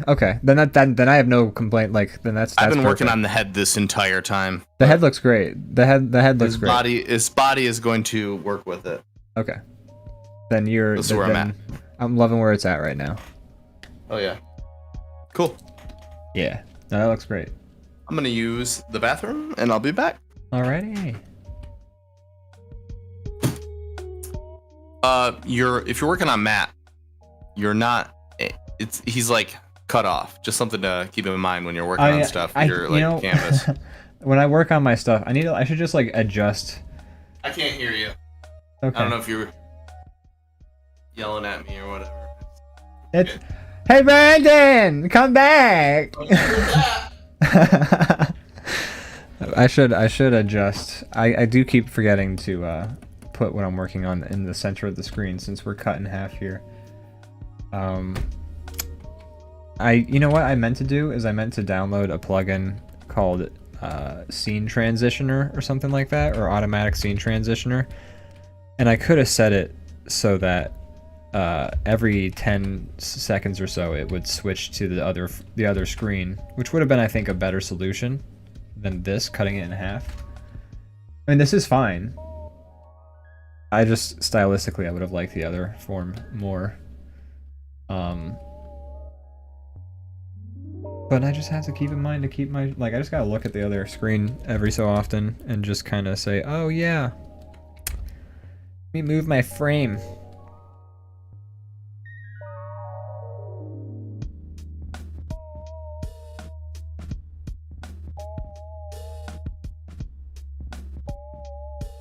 Okay. And gosh, I'm so excited for this D&D episode to eventually materialize. We've been working on it and just like talking about it for a while. But, you know, with Two Dicks on the Beat, we had finally sort of realized that we were able to make this sort of thing happen with these puppets. And, you know, it took some thinking about how we were going to make it work. But I think what we have is going to be interesting, and I hope to good gosh I can keep it running smoothly when it comes time for like me to work the OBS and things like that, because that could be a nightmare if I don't do it right. We'll see. We'll just have to find out. I feel like his arms are so tiny compared to Brandon's in this. Just a tad. I'm back. Hello. How's it going? It's going. I was just chatting with the folks about a bajillion and a half things. Just rambling. Wow.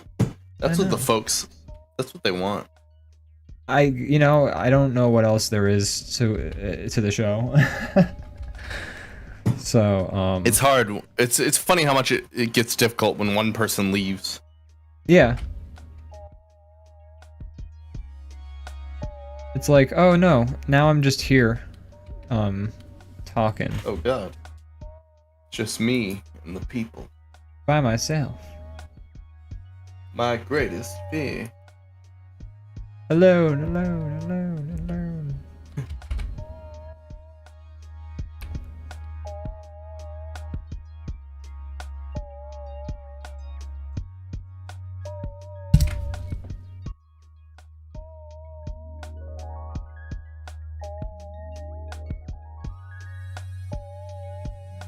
What the heck?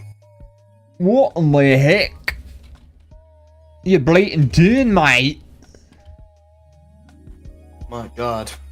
Photoshop is a great way to animate, if anybody's wondering. It Are works you being really sarcastic? good. Yes. Okay. I'm very sorry. Sorry, I chose this life. I didn't need to. You should download that Clip Studio demo, right? I did download it. I haven't tried it yet. I downloaded it today, actually. Oh, nice. So Did you get? I had like 5 jobs that I like started chipping away at today, and so I downloaded it, but I haven't even opened it yet. I need to. I'll do it right after the show. Did you get sick and tired of Adobe? You were like, nah. I mean, I had been for a while. Fair.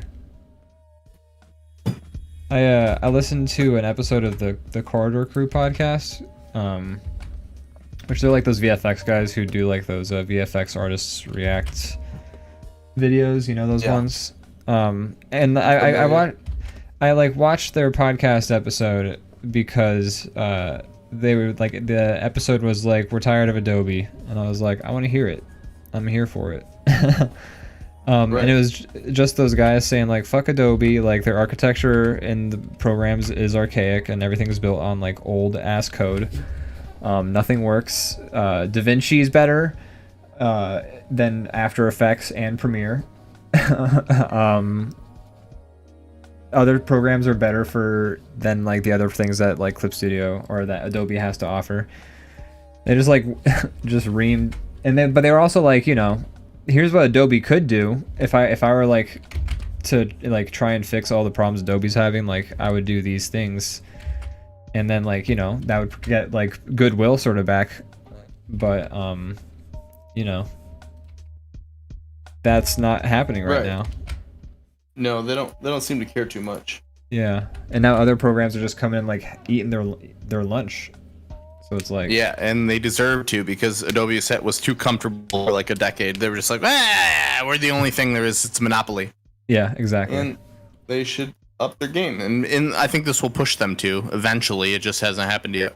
Yeah, it better. Like otherwise, I imagine that's what's happening in their offices right now. They're like, all right, how do we be the best again?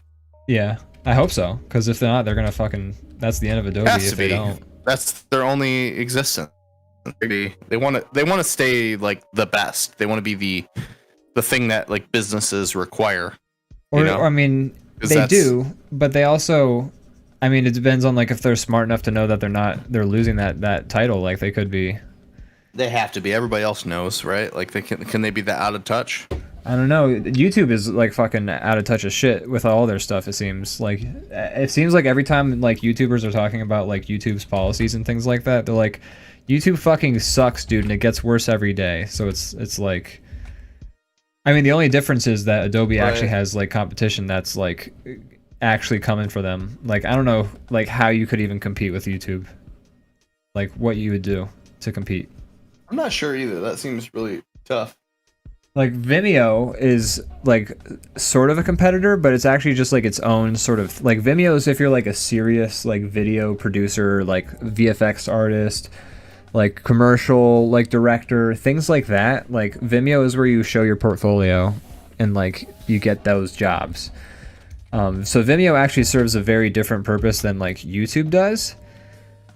And I can't think of any other website that even comes close to like if I think of like where would I go online to find a video of something, like it's YouTube and it's nowhere else. Like I'm gonna go to Footlocker. Like no one says that. It's true, they don't, nor should they. Like YouTube needs competition. I mean that's the most like that's obviously what they don't want, and that's what businesses like try and like make happen with all that stuff. But I know it's not gonna happen, but every day I'm just kind of like, man, wouldn't it be cool if there's like a website that took YouTube down, essentially like ate YouTube's lunch? Yeah, I would fucking love that. Every like website needs that. Yeah, you need competition to be good, or else you just get complacent and make shit, and you lean into the money instead of the like usefulness. Yeah, you know, you're like, how can we be the most profitable company instead of being like, how can we be something that people want to use, which is something they've forgotten about because they're like, we're fucking YouTube. No one's gonna go anywhere else. We're YouTube. We're YouTube. What the fuck? Are you gonna get paid by like another website? No, you won't. So we're YouTube. Let's see you get fucking VOD dollars on Twitch.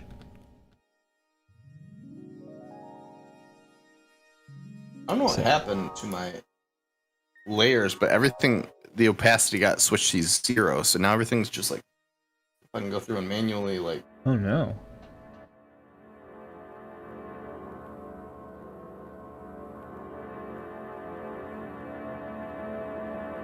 Messed up my shit. Good job, Adobe. You did it. Dumbass.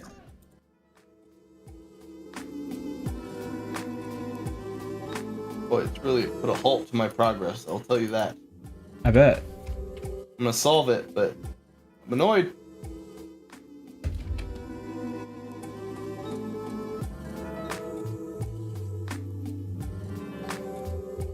You know, Probably something I pressed, to be honest. But still, mad about it. I bet you are. I did it. Sorry. Just user error.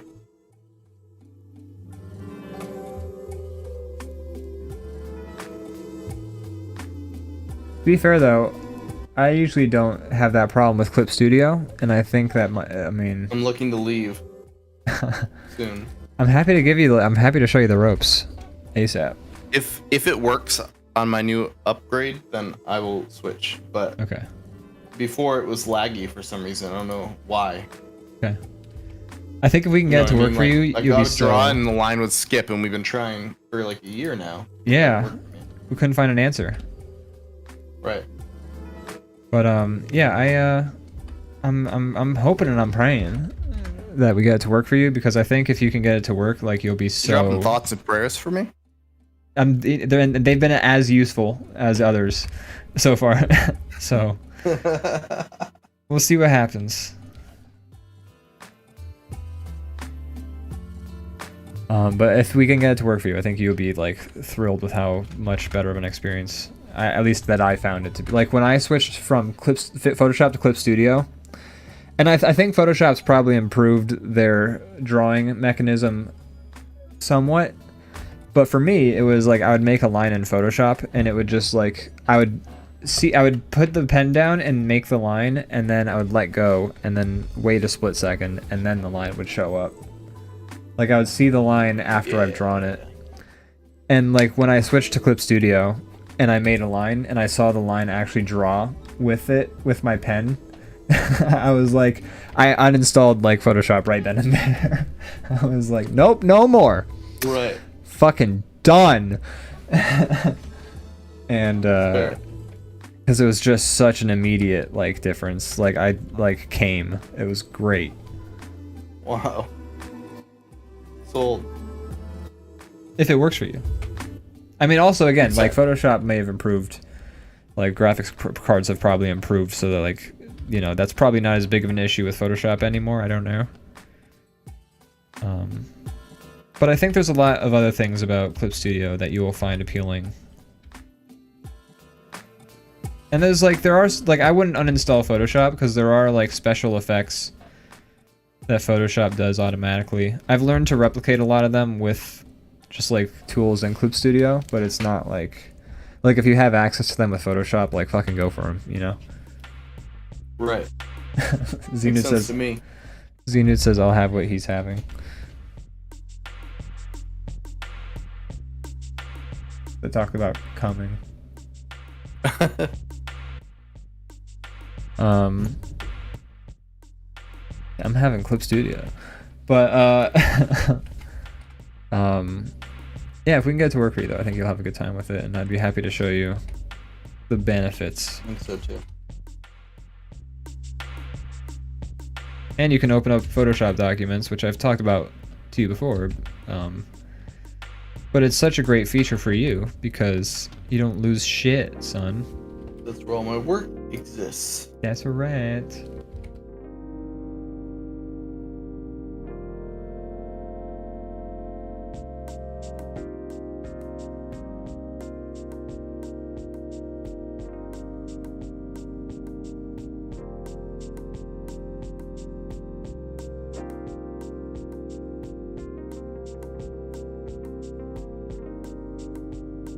Gotta put my guy in the center of the screen again. Hey, I think it looks like your animation is fixed. Oh yeah? Yeah. Sick.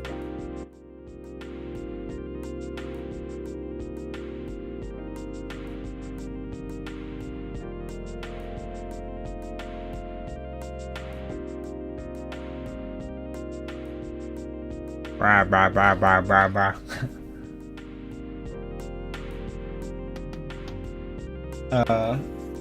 Crazy Kyle says, honestly, as a non-artist, I had no idea they were good competitors to Photoshop. And that's what they want you to know. Think. That's right.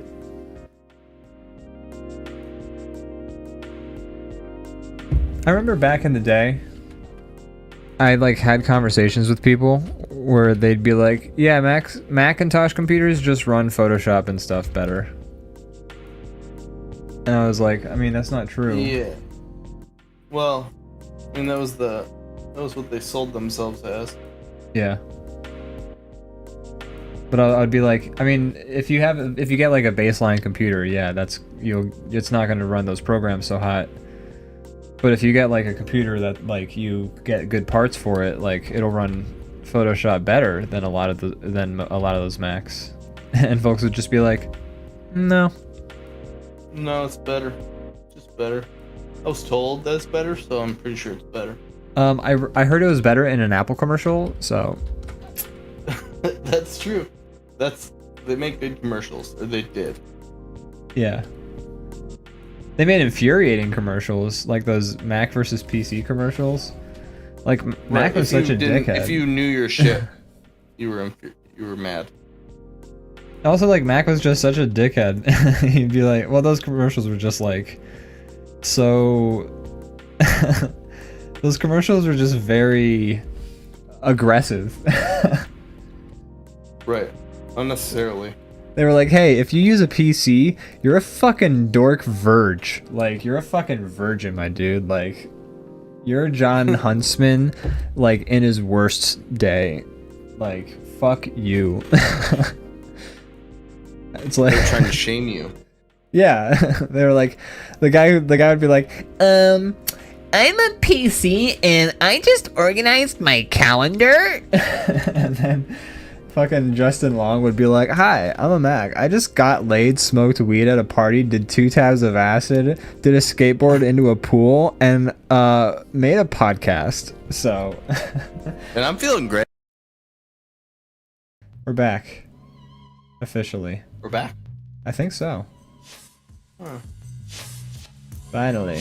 At the 2-hour mark, we made it back. Well. What do you think of my talking animation? I'm loving it. I like how the arms are moving with it. I think that's the most I'm gonna do. Okay. Keep it simple. That's fair. Like I could go more, but if I'm gonna work on more stuff, maybe I do that now. Yeah, and it's, you know, you gotta cut yourself off at some point.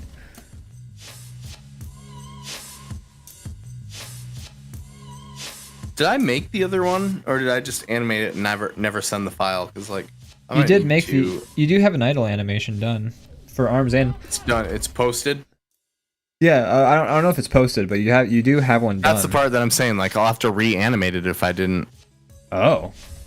Put the like animated PNG in the Discord. You know what I mean? Oh.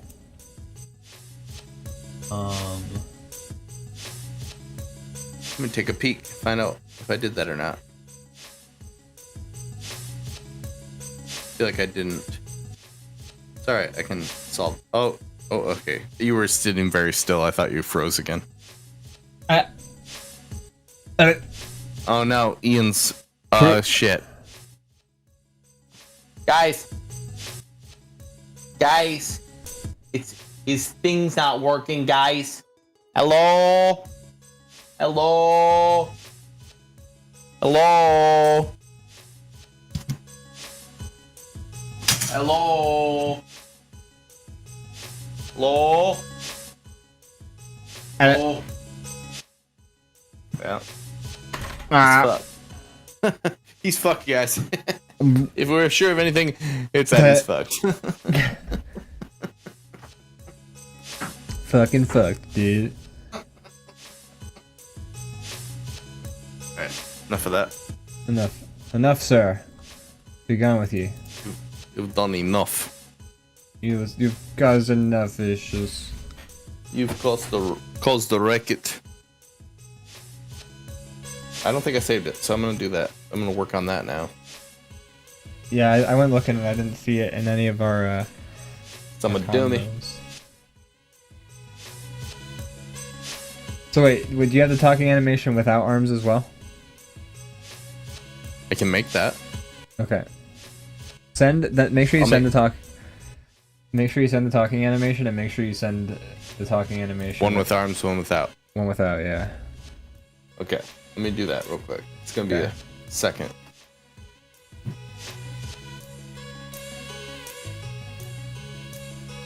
So wait, you lost the idle animation that I you didn't made? lose it. I have all the frames are on this. I just have to replace the frames. Oh god. And export them. They're all here.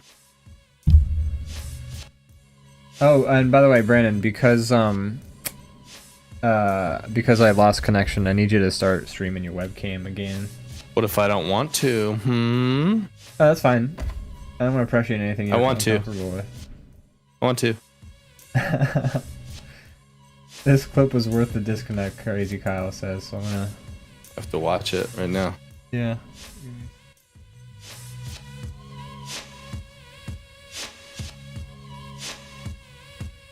Okay, let's be like, oh yeah, I'm gonna real quick. You're not gonna hear what I'm watching, I'm sorry.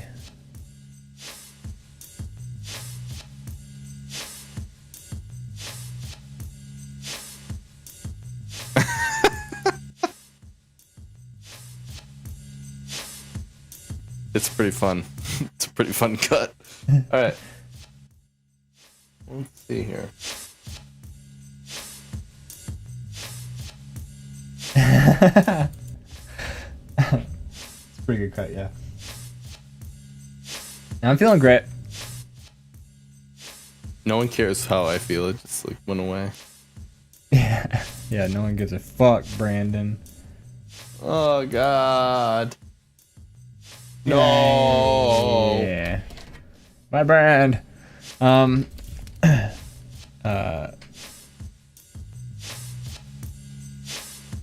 Those are the Mac and PC commercials, though. I think that distilled it without me having to get into it further. Sure did.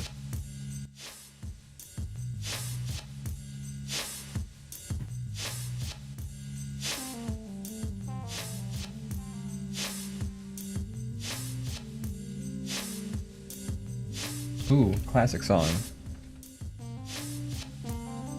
What song is that? I'm listening to Love Don't Wait by the Barcades right now. It's true. It's true about love. Don't wait, man. Love, don't wait. I've been like, hey, love, hold on. And I walked away for a second. Nope. You Fuck that. couldn't find him when he came back. Love did not wait. Love was long gone. Yeah. Love was like, I'm out of here. This shit sucks. Back. Yeah. This dude's fucking toxic. Make me wait. They always say that about me. I don't know why. Like, what does that even mean, toxic? Like, is it because I live in the sewers and eat a bunch of toxic waste? It's probably it. And glow fluorescent green? What's the half-life on that stuff? Oh man, forever. Half-Life 2? Yeah, as long as it's going to take for Half-Life 3 to come out. Which is longer than the actual scientific half-life. Yeah, like of hundreds nuclear of waste. years. Of radioactive isotopes. Oh yeah. We actually measure radioactive isotopes in Half-Life 3s now. Turns out it was not a big deal. It was pretty easy, but the game still is not out. Yeah, the game, we're actually still waiting, so, this new bomb we made is actually, 3 Half-Life 3s, which is, you can understand how severe that is. That's how they'll measure things in America. Yeah. There's like that meme where it's like Americans will measure in anything but the metric system. Yeah. And it's like football fields and like et cetera, et Bald cetera. eagle wingspans and shit. Yeah, exactly. And it's funny because it is true.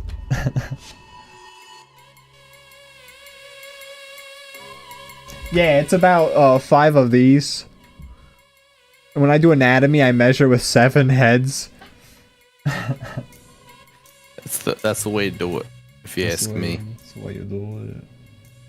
You would say you fucking American. Bro, science humor is up my alley, says Crazy. Well, we just gotta do more science humor then, Kyle. Or Brandon. I'm not here to please Kyle.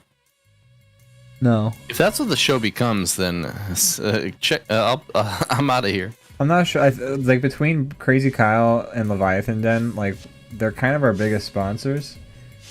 Right, so are we beholden to them? I mean, that's how it usually works with sponsors. Right. Crazy Kyle, so, did you... Boy, knock knock. Who's there? Science. Science who? More science. Whoa, bro. Whoa. What's the deal with airlocks? You know, they don't even really lock the air in. You get in there and they shunt all the air out of the airlock. What's the deal? Now, if I'm trying to lock some air in, you know what I would put one in? What do you put in? I would put one in a Ziploc bag. Those things stay puffed up forever. I'm like, why can't I get the air out of this Ziploc bag? I'm trying to flatten it. Maybe we should make the airlocks out of Ziplocs. Excuse me, Captain Kirk. I had to come into your spaceship through the Ziploc. There, that's a Jerry Seinfeld bit from the opening of Seinfeld. Those last jokes were pretty... I don't know, man.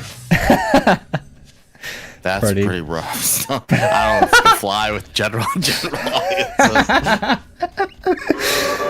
Oh no, they're turning on you. Oh no, bro. They didn't like. Fuck. Dude, how are you gonna win this crowd back? That one dude's got a gun.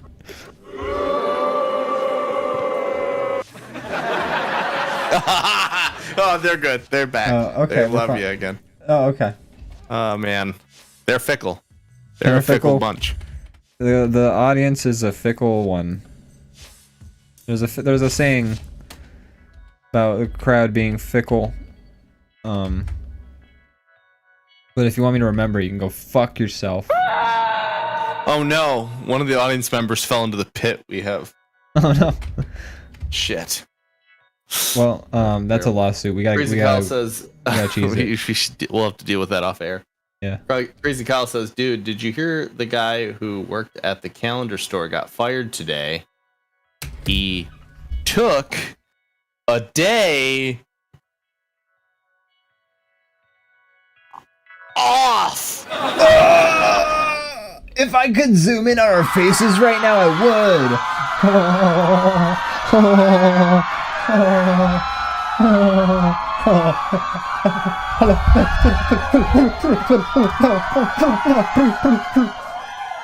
What are you doing? Like a running? Are you like sprinting? What? No. Can you hear the noises I'm playing through my soundboard? I can. No, I can. Yeah. Okay, good. I was just getting revved up by the crowd. You know they. Oh, okay. That was you getting revved up as you start running. It's contagious. It's contagious. Yeah, I start sprinting away because I get scared by crowds. Wow. The louder they are, the faster I run, and I'm just like. You run so fast. Crazy Kyle. That guy's crazy, man. That guy's fucking crazy. 101. 101. Did you hear the one about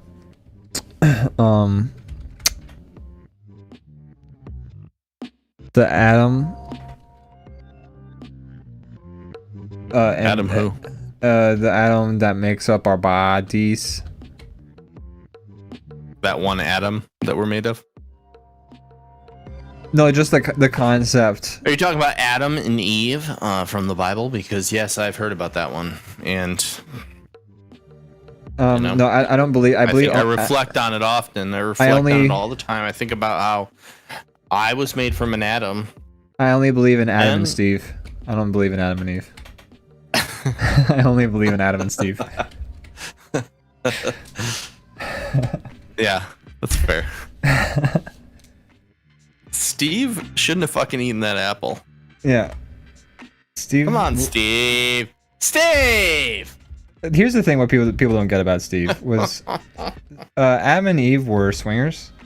Like they were kind of like they were in an open relationship.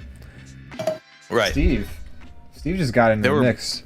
They were equally excited about Steve. Yeah. And Adam named Steve because that was kind of what he was doing at that time. Steve was a dog. Steve was a. Oh no! This took a dark turn. Look, I didn't write the Bible. Let's not get mad at me. You know who did write the Bible? Like a bunch of Middle people. Eastern men from 1,000 years ago. Several like thousand a years bunch ago. of fucking dudes. Just some guys. It didn't even matter. Like it did, the Bible is written on the blockchain. Yeah, exactly. It didn't take There's much a bunch to get of in. stone tablets. So like anytime you like chiseled something into these stone tablets, they're like, "Fuck, we gotta roll with it now." Like his handwriting's good. I guess this counts. Is this canon? Yeah, this is canon. Bro, this is part of the blockchain. Like all these blocks that we carved the Bible into, like all the good bits are on them. We don't have all the blocks. If you wrote something on a scroll and then throw it into the Dead Sea, it's canon. Yeah. Yo, dude, like, check it out. We found another fucking scroll here. I guess this is what God said. Apparently, This one's another Star Trek episode. God loved to throw things into the Dead Sea. I don't know why, but Oh, I'm sorry. This ain't Star Trek. This is Firefly. Finally, people have been waiting to see what happened. Yeah. Turns out the ship crashed into a moon immediately after the last episode. Yeah. They all died. Man, you guys, now you have closure. That's what they wanted. This is the official scoop. That's going to be the clickbait title of the episode. Here you go, everyone. The official ending to Firefly. Oh, Crazy Kyle says there was a Firefly movie? I didn't know that. Yeah, it was called Serenity. Nah, I don't know if that's true. I guess we'll never know. We will never find out. We'll never know. Nope. Ian. Are you ending the show right now? I think it's about time, right? Okay. Well, I mean, just the last Progress Fest, we went on for like Alvor. We went to 11. I wasn't sure how serious you were, but this time around. I have to go through and do some boring file stuff where I like just set up the files. I'm not going to be drawing anything for like another half hour, and I'm just like, I'm down to do more if you want to do it, but I'm not. No. You're putting this all on me. You're making me the bad parent. I'm the one that's like, now. I was surprised we went for so long. Quit roughhousing, and Mom's like, I would let you play, but Dad says no, so sorry. I was surprised you went for so long the first time around. Now I'm surprised you're going for so short the second time around. I'm unpleasable. Hey, so short you is something can't please me. I know a lot about. You can't make me. You're hard to please. I'm hard to please person. Cute kaiju in the chat. Cute kaiju, hey. The Pog Bomb. Welcome back. Thanks for joining us. Good to see you. Good to see you. So I'm down to go another half hour if you want. You don't have to. I'm going to be doing some boring file stuff. That's okay. We're just jibber jabbering. All right, let's do it. Let's go. We're going to 11. I don't want. I mean, if you would rather. Too late for that. Oh no! I'm just kidding. I've done guilted you. It's all good. Go do file stuff. Just make sure we don't see any important files you don't want us to see. see all my porn files, and there's a lot of them. There's a lot. I saw it one time. I was like, oh my god, all the Teletubby stuff I'm seeing is crazy. It's fucking gross, bro. Hey man, don't kink shame me. Their little belly screens can play anything. And that one of their friends is a vacuum. No. Do I need to say any more? You said more than I know about Teletubbies. I didn't know they had fucking I guess. Is that why they're called Teletubbies? Is that why they're called Teletubbies? Is because they have televisions on their fucking tummies? Yes. Oh my god, I didn't even know that.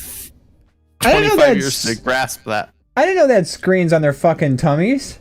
That's a little square on they literally have a square on their stomach. I didn't know that was a TV. I just thought that was, okay, well. I just thought that was some weird ass design on them. No, it's a TV. And do they like what? Are they also? Is that the how son's they do a baby, and they hang out with a vacuum that probably sucks their dicks. I don't know. I don't know about the vacuum. I knew about the sun. I think I've actually seen a stream where the person who played the sun baby was like streaming, going like, "Hey, ask me shit," and it was like very funny because they're like smoking weed and shit. I think if I remember correctly, I don't know. It's a girl, right? Yeah. I think that happened. I'm not, or it was either that or it was a person who used a filter to put themselves in the sun baby. But that's I feel fun like too. Yeah, actually, that's more fun, honestly. If they were not the actual sun baby, or if they put themselves as, I think they put themselves as. If somebody the sun. edited themselves in, that's more fun than the actual sun baby being like, "Hey, I was an infant in the show." It's also possible that it was the person who played the sun baby and who edited themselves. That's really fun too. You know, that's the top potential option. Yeah, a lot of scenarios there. I don't want to like say that the sun baby person did something that they didn't do, so I would have to like verify before I go saying like it was definitely. I think it was this or that.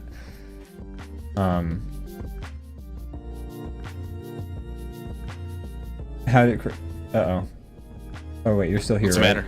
Oh, I'm sorry. Yeah. Okay, no, you were very still for a second, and I got so scared. I'm like traumatized. Sorry about that. I'll try to keep moving so that you don't worry. No, that's okay. Crazy Kyle says they're called Teletub. I didn't put it together. Okay, I thought like it was just like the Wiggles are just 4 dudes in sweaters. Like what the fuck? Like there's no rules. They don't have to mean anything. Have you seen them move? Their bodies wiggle with the music like nonstop. Is that true? Is that a thing? I don't know. I never watched the Wiggles. Okay. Because like I'll believe you. I don't know shit about any of this stuff. You might be lying about the damn vacuum for all I know. No, there's a vacuum. I don't know what his name is, but he cruises around. Sucking up probably the bunnies, because there's probably too many bunnies on those green hills. Bunnies, yeah. They're hopping about, and he's like, okay. Sucking up all the weed. Crazy Cow says like, but like Teletubbies, there's Fight. Oh my god, are you okay? Holy shit. Ian! What? Right. Are you okay? Oh shit, he's vomiting. He's vomiting now. Oh no. Dog. We gotta do something about that channel reward thing. It's like the 5th concussion I've had from it. I feel myself losing memories.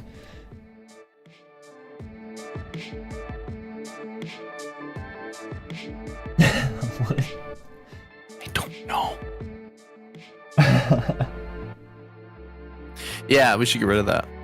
No, we should, because I'm starting. My eye doesn't sit.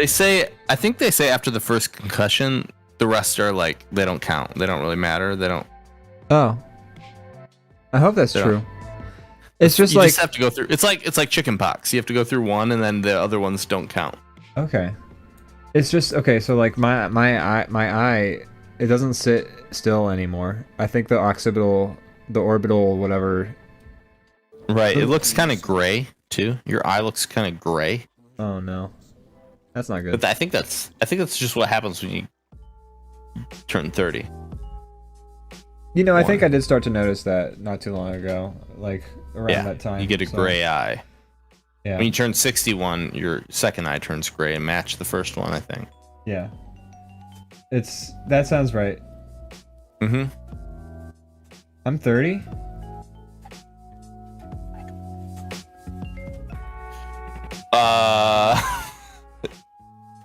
Yeah. Yeah, I think you're 30. Are you 30? I think you're 31. Oh, well, I'm 31 what? Years. Old. I have ears? I don't see any when I look at my I just have these. You have 31 ears. I've got these crazy. I don't have any ears. I just have these weird they're like. Oh no, headphones. he's lost his object permanence that we talked about earlier with infants. No, I definitely don't have ears. I just have headphone outsides. The big cheese. Huh? Can you do this for me? Ow! Ow! Ow! Uh-oh, another concussion. Why did you make me do that? Can you do this for me? Ow! Why did you make me do that? I'm loving this. This is great. Cheese. Your chest and hips. You waiting for more? No. You're like, now what? I was expecting a third thing, I guess. Rule of threes. I don't know. I was planning on third, and then I didn't know what to do. So That's fine. I need to get back to drawing. I need to stop pretending like I just was seriously injured. on my screen, you can see the McDonald's logo right there through the blinds.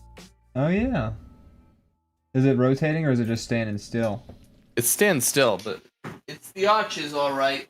It's those arches. We're not sponsored.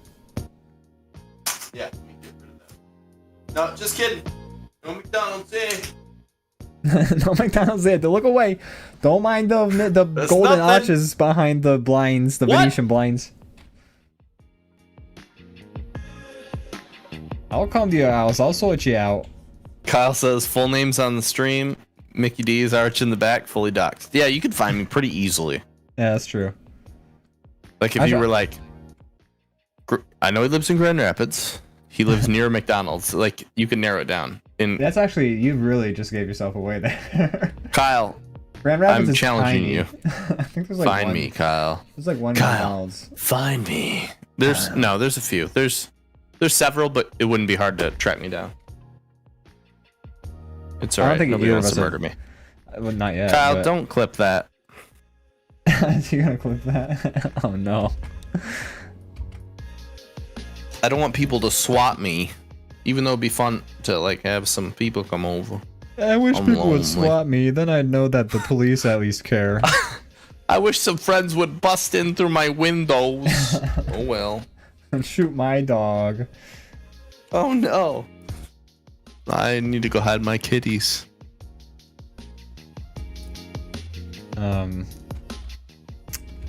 How's the file management going? I haven't done it because I've been talking. Oh, I'm sorry. This That's is why you alright. probably wanted to do it off stream, is because you're like, this is not the kind of thing you can... I'm having a hard time focusing my brain to do it, but I'll do it. What if I It's just gonna happen all rambled? off the screen. What if I just rambled for like a little bit about something, and then that way you had a chance to just veg and... It's all good. Don't worry about it. I can do my thing. Either way. I'm so confused by that Wedum game that I'm playing. It looks pretty fun. I'm like, I was really enjoying watching it. It's such a trip. I had no idea what the hell's Yeah. happening. It's fitting with like what you'd expect from that kind of thing. Absolutely. Now, I want to talk to you about Nobi Nobi Boy. Because Okay. that game is like a All I said relic. was I like this one better. It didn't mean I didn't like that. How dare you slander Nobi Nobi Boy? I'll cut you. You were on the stream, and I was like, I like this better than Nobi Nobi Boy, and you're like, but I like Nobi Nobi Boy, and I'm like, me too. I wasn't saying I didn't like it. I just like this better. I feel like Nobi Nobi Boy was a very like that was a game that I didn't. It's a little more straightforward. What one is? No, I think Nobi Nobi Boy was more straightforward. It was just like eat stuff so that you can get longer and reach. True. Other planets, and you go further into the galaxy, and then like it takes the whole collective of people playing this game to reach other planets. I guess you're right. Yeah, Nobi Nobi Boy was. You know what? I pretty thought, straightforward. When I think about it, I like couldn't remember even what the hell the point of Nobi Nobi Boy was, but I just remembered. You were a worm and you ate stuff and you got longer. That's pretty much it. It was basically like stretch the elastic band the game, because what I found out when I played, like I played a lot of Nobi Nobi Boy. I got into like the top 1,000 like contributors to like the length of the game. That's awesome. But I found out that like you didn't. The point of the game wasn't to see like what the longest you could stretch was. The point of the game was just the accumulation of stretching. So like what I found out was the fastest way to like get the number up in that game was I wouldn't eat anything. I would just start out and then I would move the sticks apart, and your dog would like go whoop whoop whoop whoop. And that was just like jacking the number up real quick, because it would be like I stretched like 8 meters. You're good at jacking. I'm good at jacking things. Going woo, woo, woo, woo, just moving the sticks apart. What is that? Doesn't even work as a double on time. It doesn't matter. Anyways, so yeah, I got really good at Nobi Nobi Boy, and I figured out like sometimes there were like items where if you like got yourself caught in them, they would like start stretching you faster. So it was like there was like different items in like each map you could use to like exploit. Like the point of the game was eventually like find the best exploits for stretching yourself. But I guess I didn't play that much of it, is what I'm finding out. Well, I mean, the thing is, they didn't unlock planets. Like, I remember it took them like 2 months to unlock Mars. And then, like... It was like a cumulative thing. Like, people had to play enough for that to happen. Exactly. So, in the beginning, it, like, took a lot longer. So, like, you would start on Earth. And then Earth was, like, the only map, like, type you had. So, it was kind of like, oh, this game's very bare. And you had to just hope everyone would work with you to, like... and then like you eventually got to Mars, which was like the next like DLC or the cumulative goal, and Mars was cool and offered a lot of different stuff, but like it took so long between each planet to like happen that like I feel like it was to the game's detriment, because you know you would get the game in the beginning and be like, what is this? It's not a lot here. Yeah, didn't hold people's attention long enough.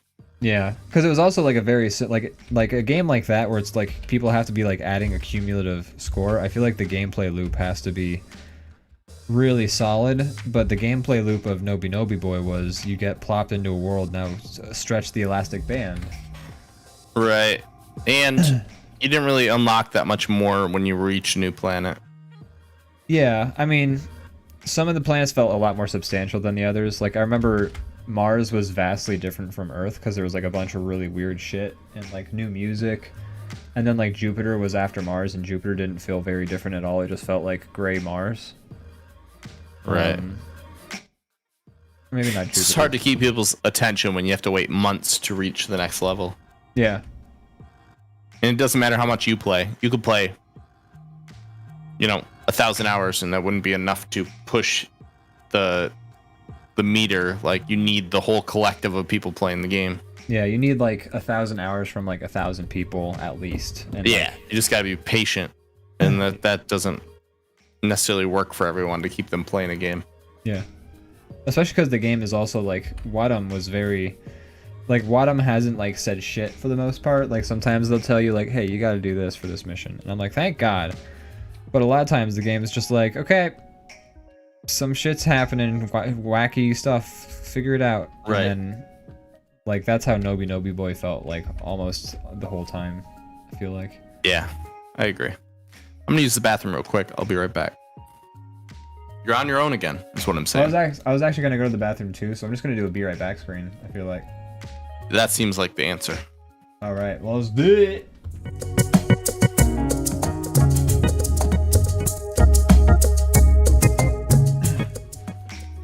Hey, we're back. Hello.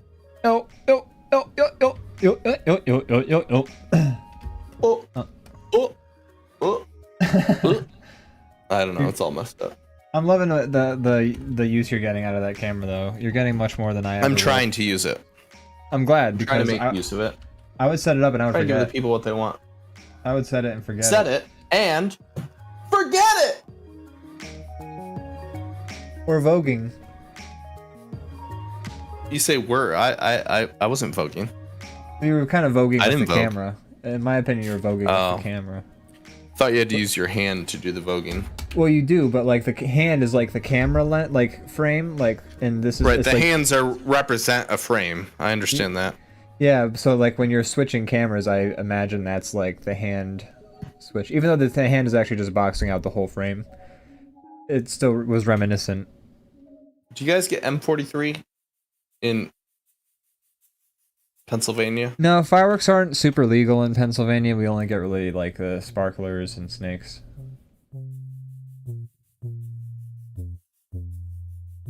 Oh. I don't know. It's a good beer. Okay. like this one. Who's it by? Old Nation, and they are Michigan bound, so I don't know what their distribution's like. Okay. I can check real quick. It's like a hazy IPA. It's like pretty like orange flavored. And then this one is like a variation, strawberry flavored, and it's very good. It's like my favorite summer beer. M43, Old Nation. They're currently closed. Right, like you can't go to the brewery right now at No. 11 p.m. I'm looking to see if I can get them in like around here. I don't know what their distribution's like. Yeah. I don't know I where don't know how you find that out. What's the footprint like? Some breweries will like put it on their website, but not all of them. Let's check. Are you at least 21 years old? Yes. I am, sure. Sure does not instill confidence when somebody asks you, like, are you 20? Sure I am. No more questions, please. Are you, okay. Ask me some 21-year-old questions, and I will answer them. Okay. What's your favorite Power Ranger? Blue. I don't think that's 21-year-old questions anymore. That's 31-year-old What's your questions. favorite Animaniac? That's 31-year-old questions. Yes. Oh, Wait, yes. I think you're too old for this job now, sir. Before I thought you might be too young, but now I'm actually more confused why you're acting suspicious. Now I'm just worried about your liver. You're coming across as too old for this job, and that's even more confusing why you would try and hide it. What can you do? What can you do? There's like this disgusting hormone monster creature in Big Mouth, and he's like old and like decrepit and gross, and he just goes like, "What can you do?" I can't do the voice. He does like the fucking meatball. What's that from? What? You said there's a disgusting hormone monster, and then you stop. You cut out or something. I didn't hear what you said was. I'm sorry. From Big Mouth. Oh, It's like old and should have decrepit. guessed. And he's just like old, and he like gives awful advice, and he's like gross, and like he's supposed to like give advice on like puberty and like growing up, and he's like, "Oh, what you should do." He does like the meatwad voice, so I can't do it, and he's like, "Oh, what you should do is you should do the thing." I like then- your attempt at meatwad. It's like burn victim meatwad. Oh God! Oh no! That seems mean. That Never was mind. mean. I take that back. Pretend I didn't say that. What have burn victims done to you, Brandon? Hey, I said pretend I didn't say that. Why are you I'm sorry. repeating it? Pretend repeating what? Exactly. There we go. But yeah, like his like whenever someone's just like this didn't work or whatever, he's just like, "Well, what can you do?" Just like goes away. I think about that a lot. I'm just like, that's the right vibe. It's true. Not after you fuck something up like he has sometimes, but like, you know, sometimes if you're just like, what can you do? Boy, I haven't exported animations from Photoshop in a minute, so I'm trying to remember all the settings. It's not like I'm trying to get transparent again, dealing with stuff I haven't done in a minute. Not easy. Being A at PNG. Being greasy. I feel bad I've made you and Matt so pale and like me not. You're just trying to be overconfident. You're trying to make yourself extra sexy, like what we were talking about before. That's right. I don't think this like is You're- even like a good looking. You're a pale gentleman as well. Am I like? I mean, at least the way the light's making you look on your stream, it might not be accurate. When I look at myself in person, I don't feel like I look very pale. Like I'm not like the tannest person in the world, but like I'm not like the camera doesn't make me like I'm also on like the camera doesn't, or the light doesn't help particularly. Right. If I use the yellow light, that's closer, but it's also a yellow light, so you know that's gonna have its own influence. That's fair. I didn't make myself much tanner though than you guys. It's just more like I made myself more pink. I think. I think I'm a pink man. I think You you're know, pretty pink, I'm pale, man. but I'm Yeah. I'm like you know, it's all that red meat and whiskey. My heart's about to explode. I'm a little pink man. Let's make you more pink. You don't have to, but okay. I actually have to like. I just realized like when I put a background behind our like little sprites, like there's like remnants of the color like hitting outside the border. I'm struggling here. Trying to remember how to. It's funny. I've done this a lot of times. I don't know why I'm struggling now.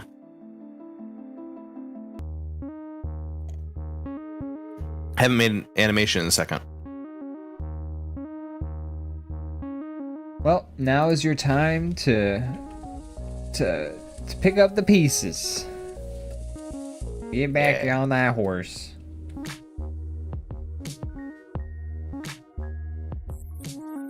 What's going on with some of these like ghost like colors that are like there's like faint amounts of color, probably because I used this brush. Oh, I have to hide the background. Duh. I'm an idiot. Is that what you were struggling with this whole time? Yep.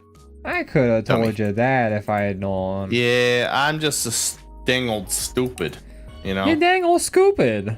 I'm one of those stupid? That's what it sounded like you said. Oh. It sounded like you said I'm a dang old said stupid. I said stupid, but I wish I would have said stupid. Hey, how's this for pink for you? Like you as a pink boy. Let me look over at the stream. You don't have me That's in the gonna be on focus this- right let's now. give it a second. There it is. Hey, that looks pretty accurate. I think that's me. Okay. That looks pink enough. Did a good job there. I feel like it's fun looking at someone else's drawing of you because I feel like that looks more like me than any drawing I've done of myself. That's awesome. I'm glad to hear that.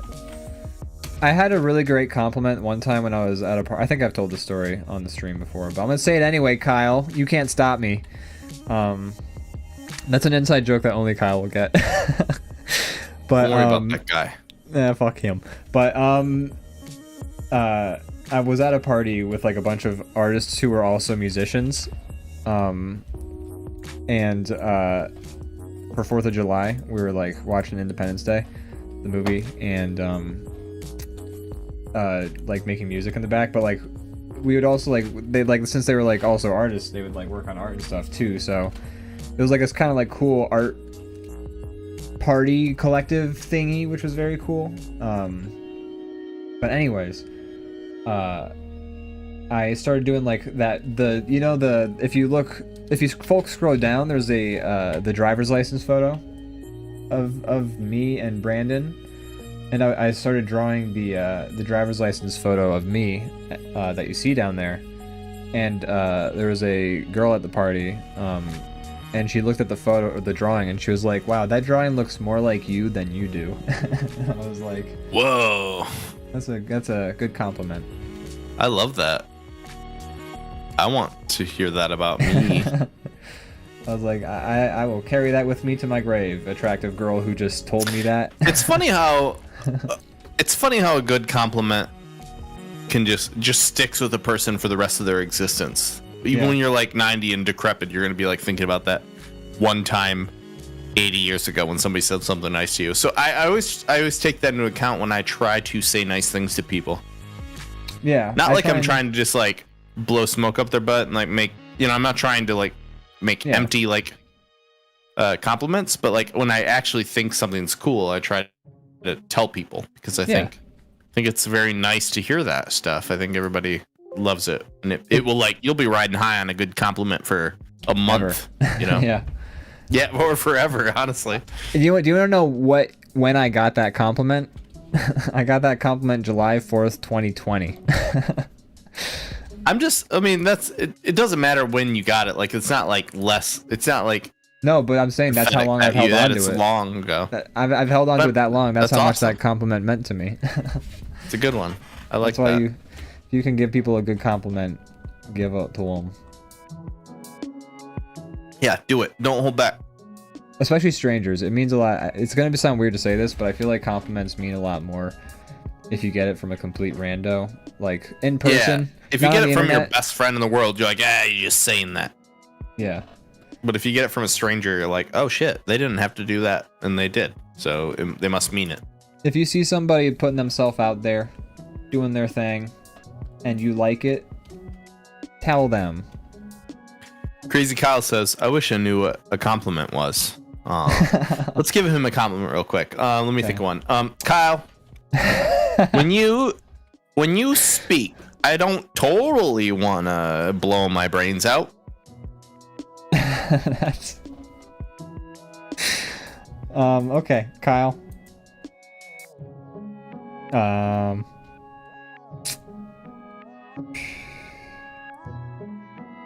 You're welcome, Kyle. I mean it. Hold on to that. Hold on. No, hold on. Give me two. I swear to fucking God, I got it. No, I was telling him about my. He said, "Oh, thank you for mine." Oh, good. I got one too. Don't worry. I got one locked in the chamber for you. God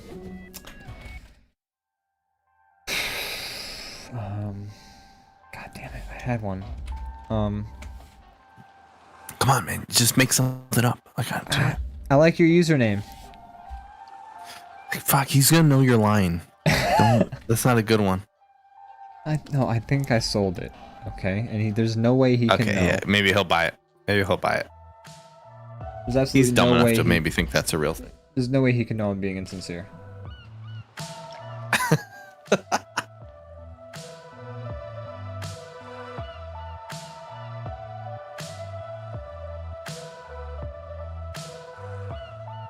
You're just saying that. Oh, shucks.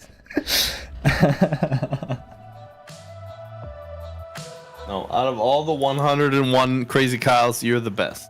Yeah. Once we hit 201, though, it starts to like, you start to lose. Right. Rank. I mean, out of all the 102 Crazy Kyles, you might not be the best, but out of all the 101, totally, you're the best.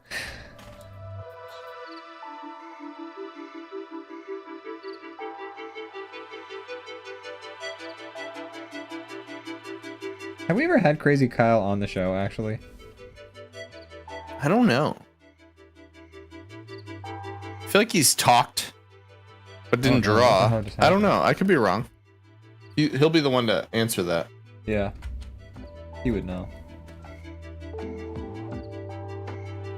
He should be on the show. He should.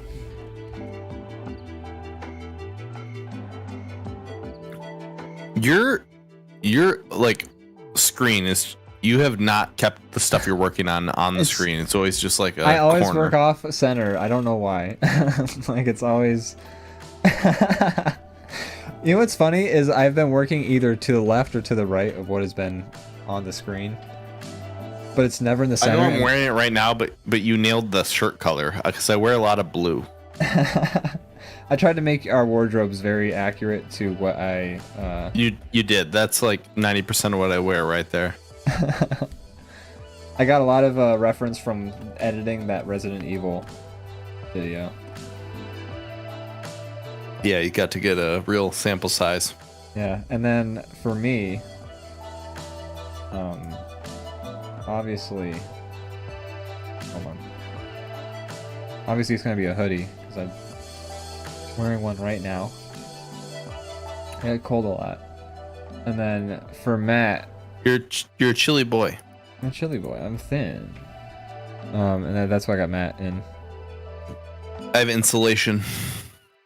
Yes, I mean, look, when I was going to the gym before pandemic happened, I was fucking so warm, dude.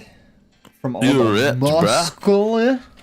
I'm not a muscly man. I'm just a thick man from eating chicken wings and nachos. I'm not saying I take Not from working out. I'm not saying I take my body's like natural just staying thinness for granted, but I wouldn't mind like just a little like more layers. It won't last forever. No, it's not. So eventually it's gonna transition into like dad bod, and but what's it's gonna not be a bad for thing me, either. It's gonna be awful for me though, because what's gonna happen is my stomach is gonna get like larger, and like my chest area maybe just a little bit, but like my stomach mostly, and then my arms none. So I'm gonna look like fucking Roger the Alien from American Dad by like the time I get Well, old. you'll have to do stuff to, you know, keep it going I will, yes. the way you want. Doesn't mean if you do nothing, yes, that's what will happen. But if you try to like actively do stuff about it, I'm an artist, man. When I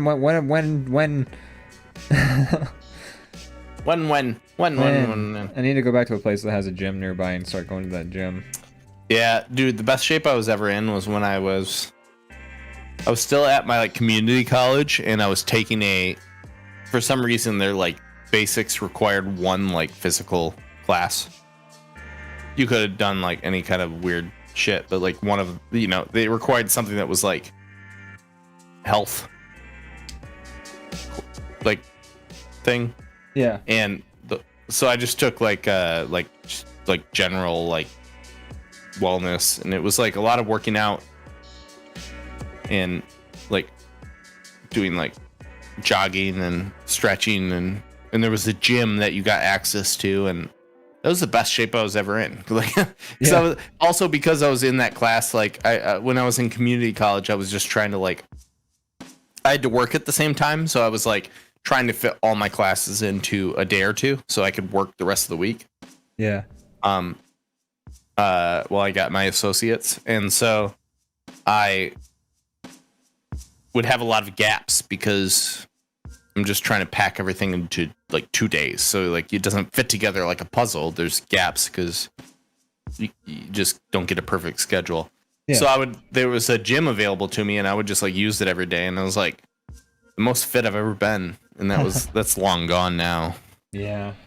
I when I was like before the pandemic happened, I was working at the bank, and like I was really good. I still am really good friends with my manager at the time. We started going to the gym, and so like he had a membership, but like I could just get in for free if I was with him. So I was like, fuck yeah. So we would just go to the gym 2 times a week.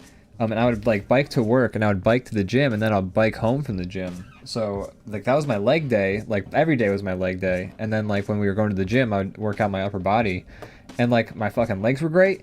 I was starting to like gain mass that I felt like good about. I was like, Yeah. oh my god, I'm getting the results that I like actually have always wanted. And like on top of all that, like my mental health was like the best it ever had been, because like I mean, no, not really.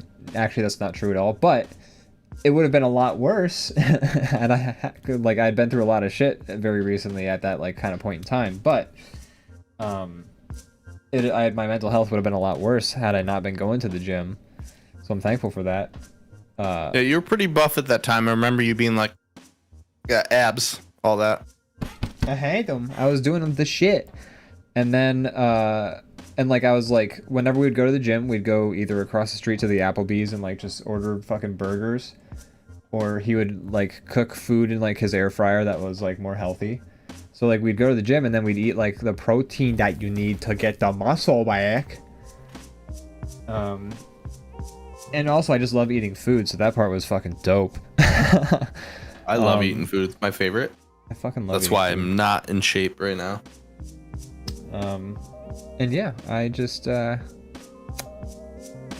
haven't had that opportunity in a while,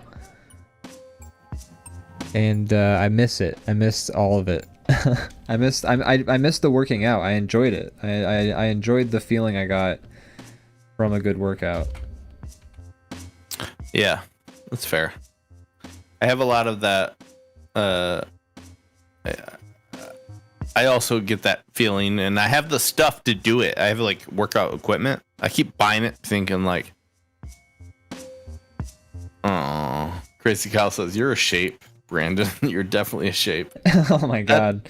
I hate being called a shape. That's worse, I think, than. That's Yeah, we're all a shape. We're all. I mean, we did insult the shit out of Crazy Kyle earlier, so I think he gets one free pass. Oh, for sure. I'm always down to have somebody dish it back out. Brandon, how can you dish it and not take it? Jeez. I can take it. I was not canceled. Not to do it. You're so canceled from not being able to dish it. Really? That's all it takes now? Just and not. Bad at doing jokes. Probably. Get canceled for being bad at jokes. Maybe. I don't know it was anymore. For offensive stuff. I haven't been on Twitter in so long, so my mental health is like isn't getting trashed by it. So I don't even know. At a peak. I don't know what Twitter is up to anymore. I don't know what they're canceling people for. It's the same. Okay.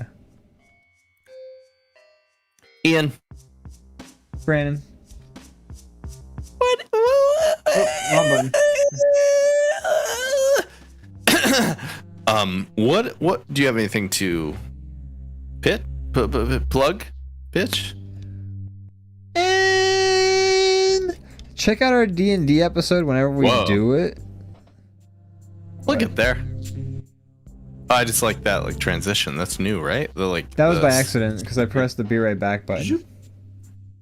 Right, but the little it slides down. Is that how it always goes? It swapped the transitions, although I can make it that if you thought that was more fun. Usually just fades. I don't know if it's more fun. Just visually interesting. It was something new. It was a bad accident because check it out. If normally what happens is we're like this. Gotta go back. And then it goes to this. Yeah.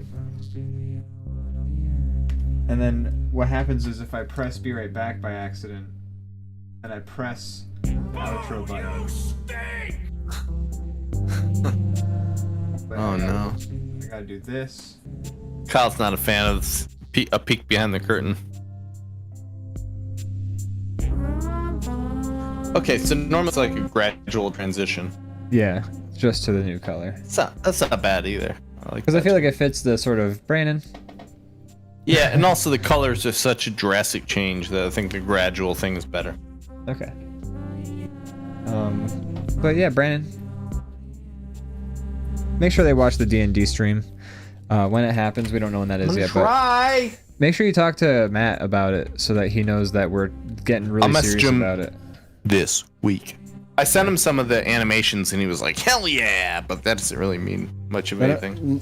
Let him know what's at stake. I only insult him live because he will never watch this because he's a fickle gentleman. He's a hard butterfly to catch. Insult is not the right word, but you're busting his chops. Busting chops, he would appreciate it. Maybe. But yeah, let me snap a picture of this. Oh, I can't right now because my phone is camera number 2. But you'll have to send me some of these images after, and I think showing him that what you're making is going to lure the butterfly closer to the net. Okay. Yeah, I mean, just talk to him and let him know we'd like to get it done because soon. Yeah. Just to air. We have anything we want to make him do? I mean, just tell him. I mean, we've got a decent amount of prep done and ready to go. The goal is that he doesn't need to bring anything to the table, right? And then he can draw stuff on live and we'll make a mouth. Yeah, because when you have a butterfly to catch, you don't give him homework. That doesn't work with the metaphor at all, but I don't care. That's what I'm gonna go with. I think let's tell him not to bring anything, just tell him to bring his imagination and nothing else. If there's anything he wants to do, he can, but we'll try to keep it simple for him. Yeah. If he's the more on the fly it is for him, the more fun I think it'll be for everybody. For sure. But just talk to him about. I'll send you these like finished PNG or animated PNGs, and let him know if that he we're. sees himself, that's gonna rev him up a little bit. Yeah, definitely. And like, because Joel's been talking about like he's been making more mentions about like trying to do the Oscars thing soon. Oh, I've been watching, but I haven't seen any of that. He mentions it briefly where in his Joel Talks About Movies channel, I think. Oh, okay. I think he mentions it. He mentions it like ever so briefly in something, but he says like he's just been very busy, so he hasn't had the opportunity to. Like, I get it. It's a lot. Yeah. I get it, but he said like he's gonna try and do it like he said he was gonna try and do it by the end of July, I think. So like the end of July is here. Missed that window, but so probably in the next few days. Potentially, or if it still takes him a while, like we might have August, but I don't think he would let it go past August. But the sooner the better. Yeah. Time is of the essence. I'd like to have this under our belts potentially before This month. the end of this month, and at least if we can before he does the Oscars, because if we can have a second puppet Well, yeah, that's animation, the goal, but we don't know when that is. we don't know when that is, so the sooner the better. But if we I have have a a few second, commissions I'm like crushing right now or finishing up, and once those are done, I can fully just like work on this all the time. yeah, I mean we're almost there, I think. I mean I can actually do like, since I'm almost done with Matt, like once I get the base drawing done, like doing the variations is a lot easier. So I can Right. do It's just if you want me to do Schmizzard, I just feel bad that I've been working on my own guy the whole time. No, that's okay. You've been putting good work into like what need, like your guy is going to be on the screen, I think, more than I think the out of character puppets. So it's good that my character in Schmizzard to be like the best looking things, because it's what you're gonna see the most of. Correct. So I think there are some other things you want to get done yourself. So I might actually take over Schmizzard just to kind of let you have some room for other stuff. But time is of the essence. I want to get this done before Joel does the Oscars if possible, because if we can have a second puppet animation to showcase, People will see that we're not a one shot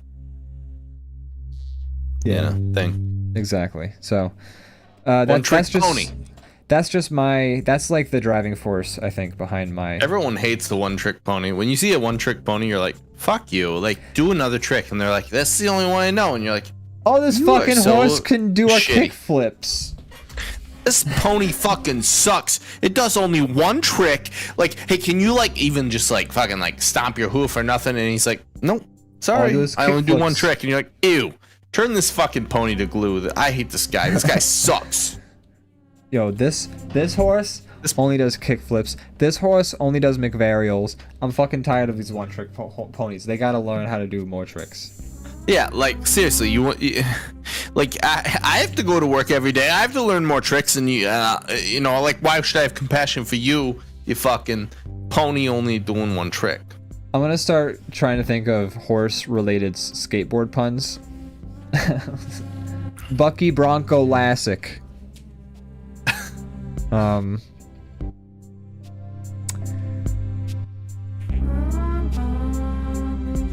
Tony Horse Pro Skater.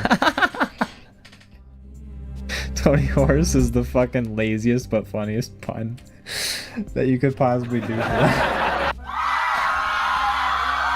Tony Horse Tony Horse Pro Skater. Skater. That would be the ultimate Tony troll. Horse. That would be the ultimate troll for like BoJack Horseman to do, is if they got Tony Hawk to voice himself in the show, but he was a horse also named Tony Horse, because they could just use Tony Hawk because it's everyone's like animal characters in that show anyways. But if they just changed him to Tony Horse anyways, I would be down for that. That'd be top tier. Are you trying? You're Tony trying to have Horse this. Pro Skater.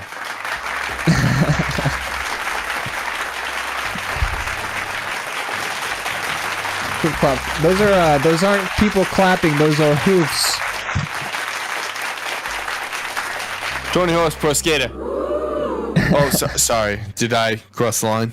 You did. You said you broke the rule of threes in comedy.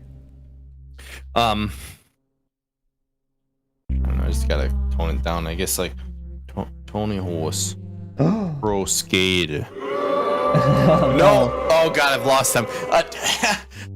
Oh shit. Maybe we should end the show just so that people. Yeah, I think we should. I'm really pushing the boundaries. Oh my god. Okay. Well, this has been a lot of fun, everybody. We're definitely gonna have this D&D episode done soon. Oh, the screens are frozen again. Let me get our goodbyes ready. Yeah. We're gonna have this D&D thing ready soon. The sooner, as you can see, I'm stressing the time limit just a little bit, but don't worry about it. Okay. Yeah, don't even worry.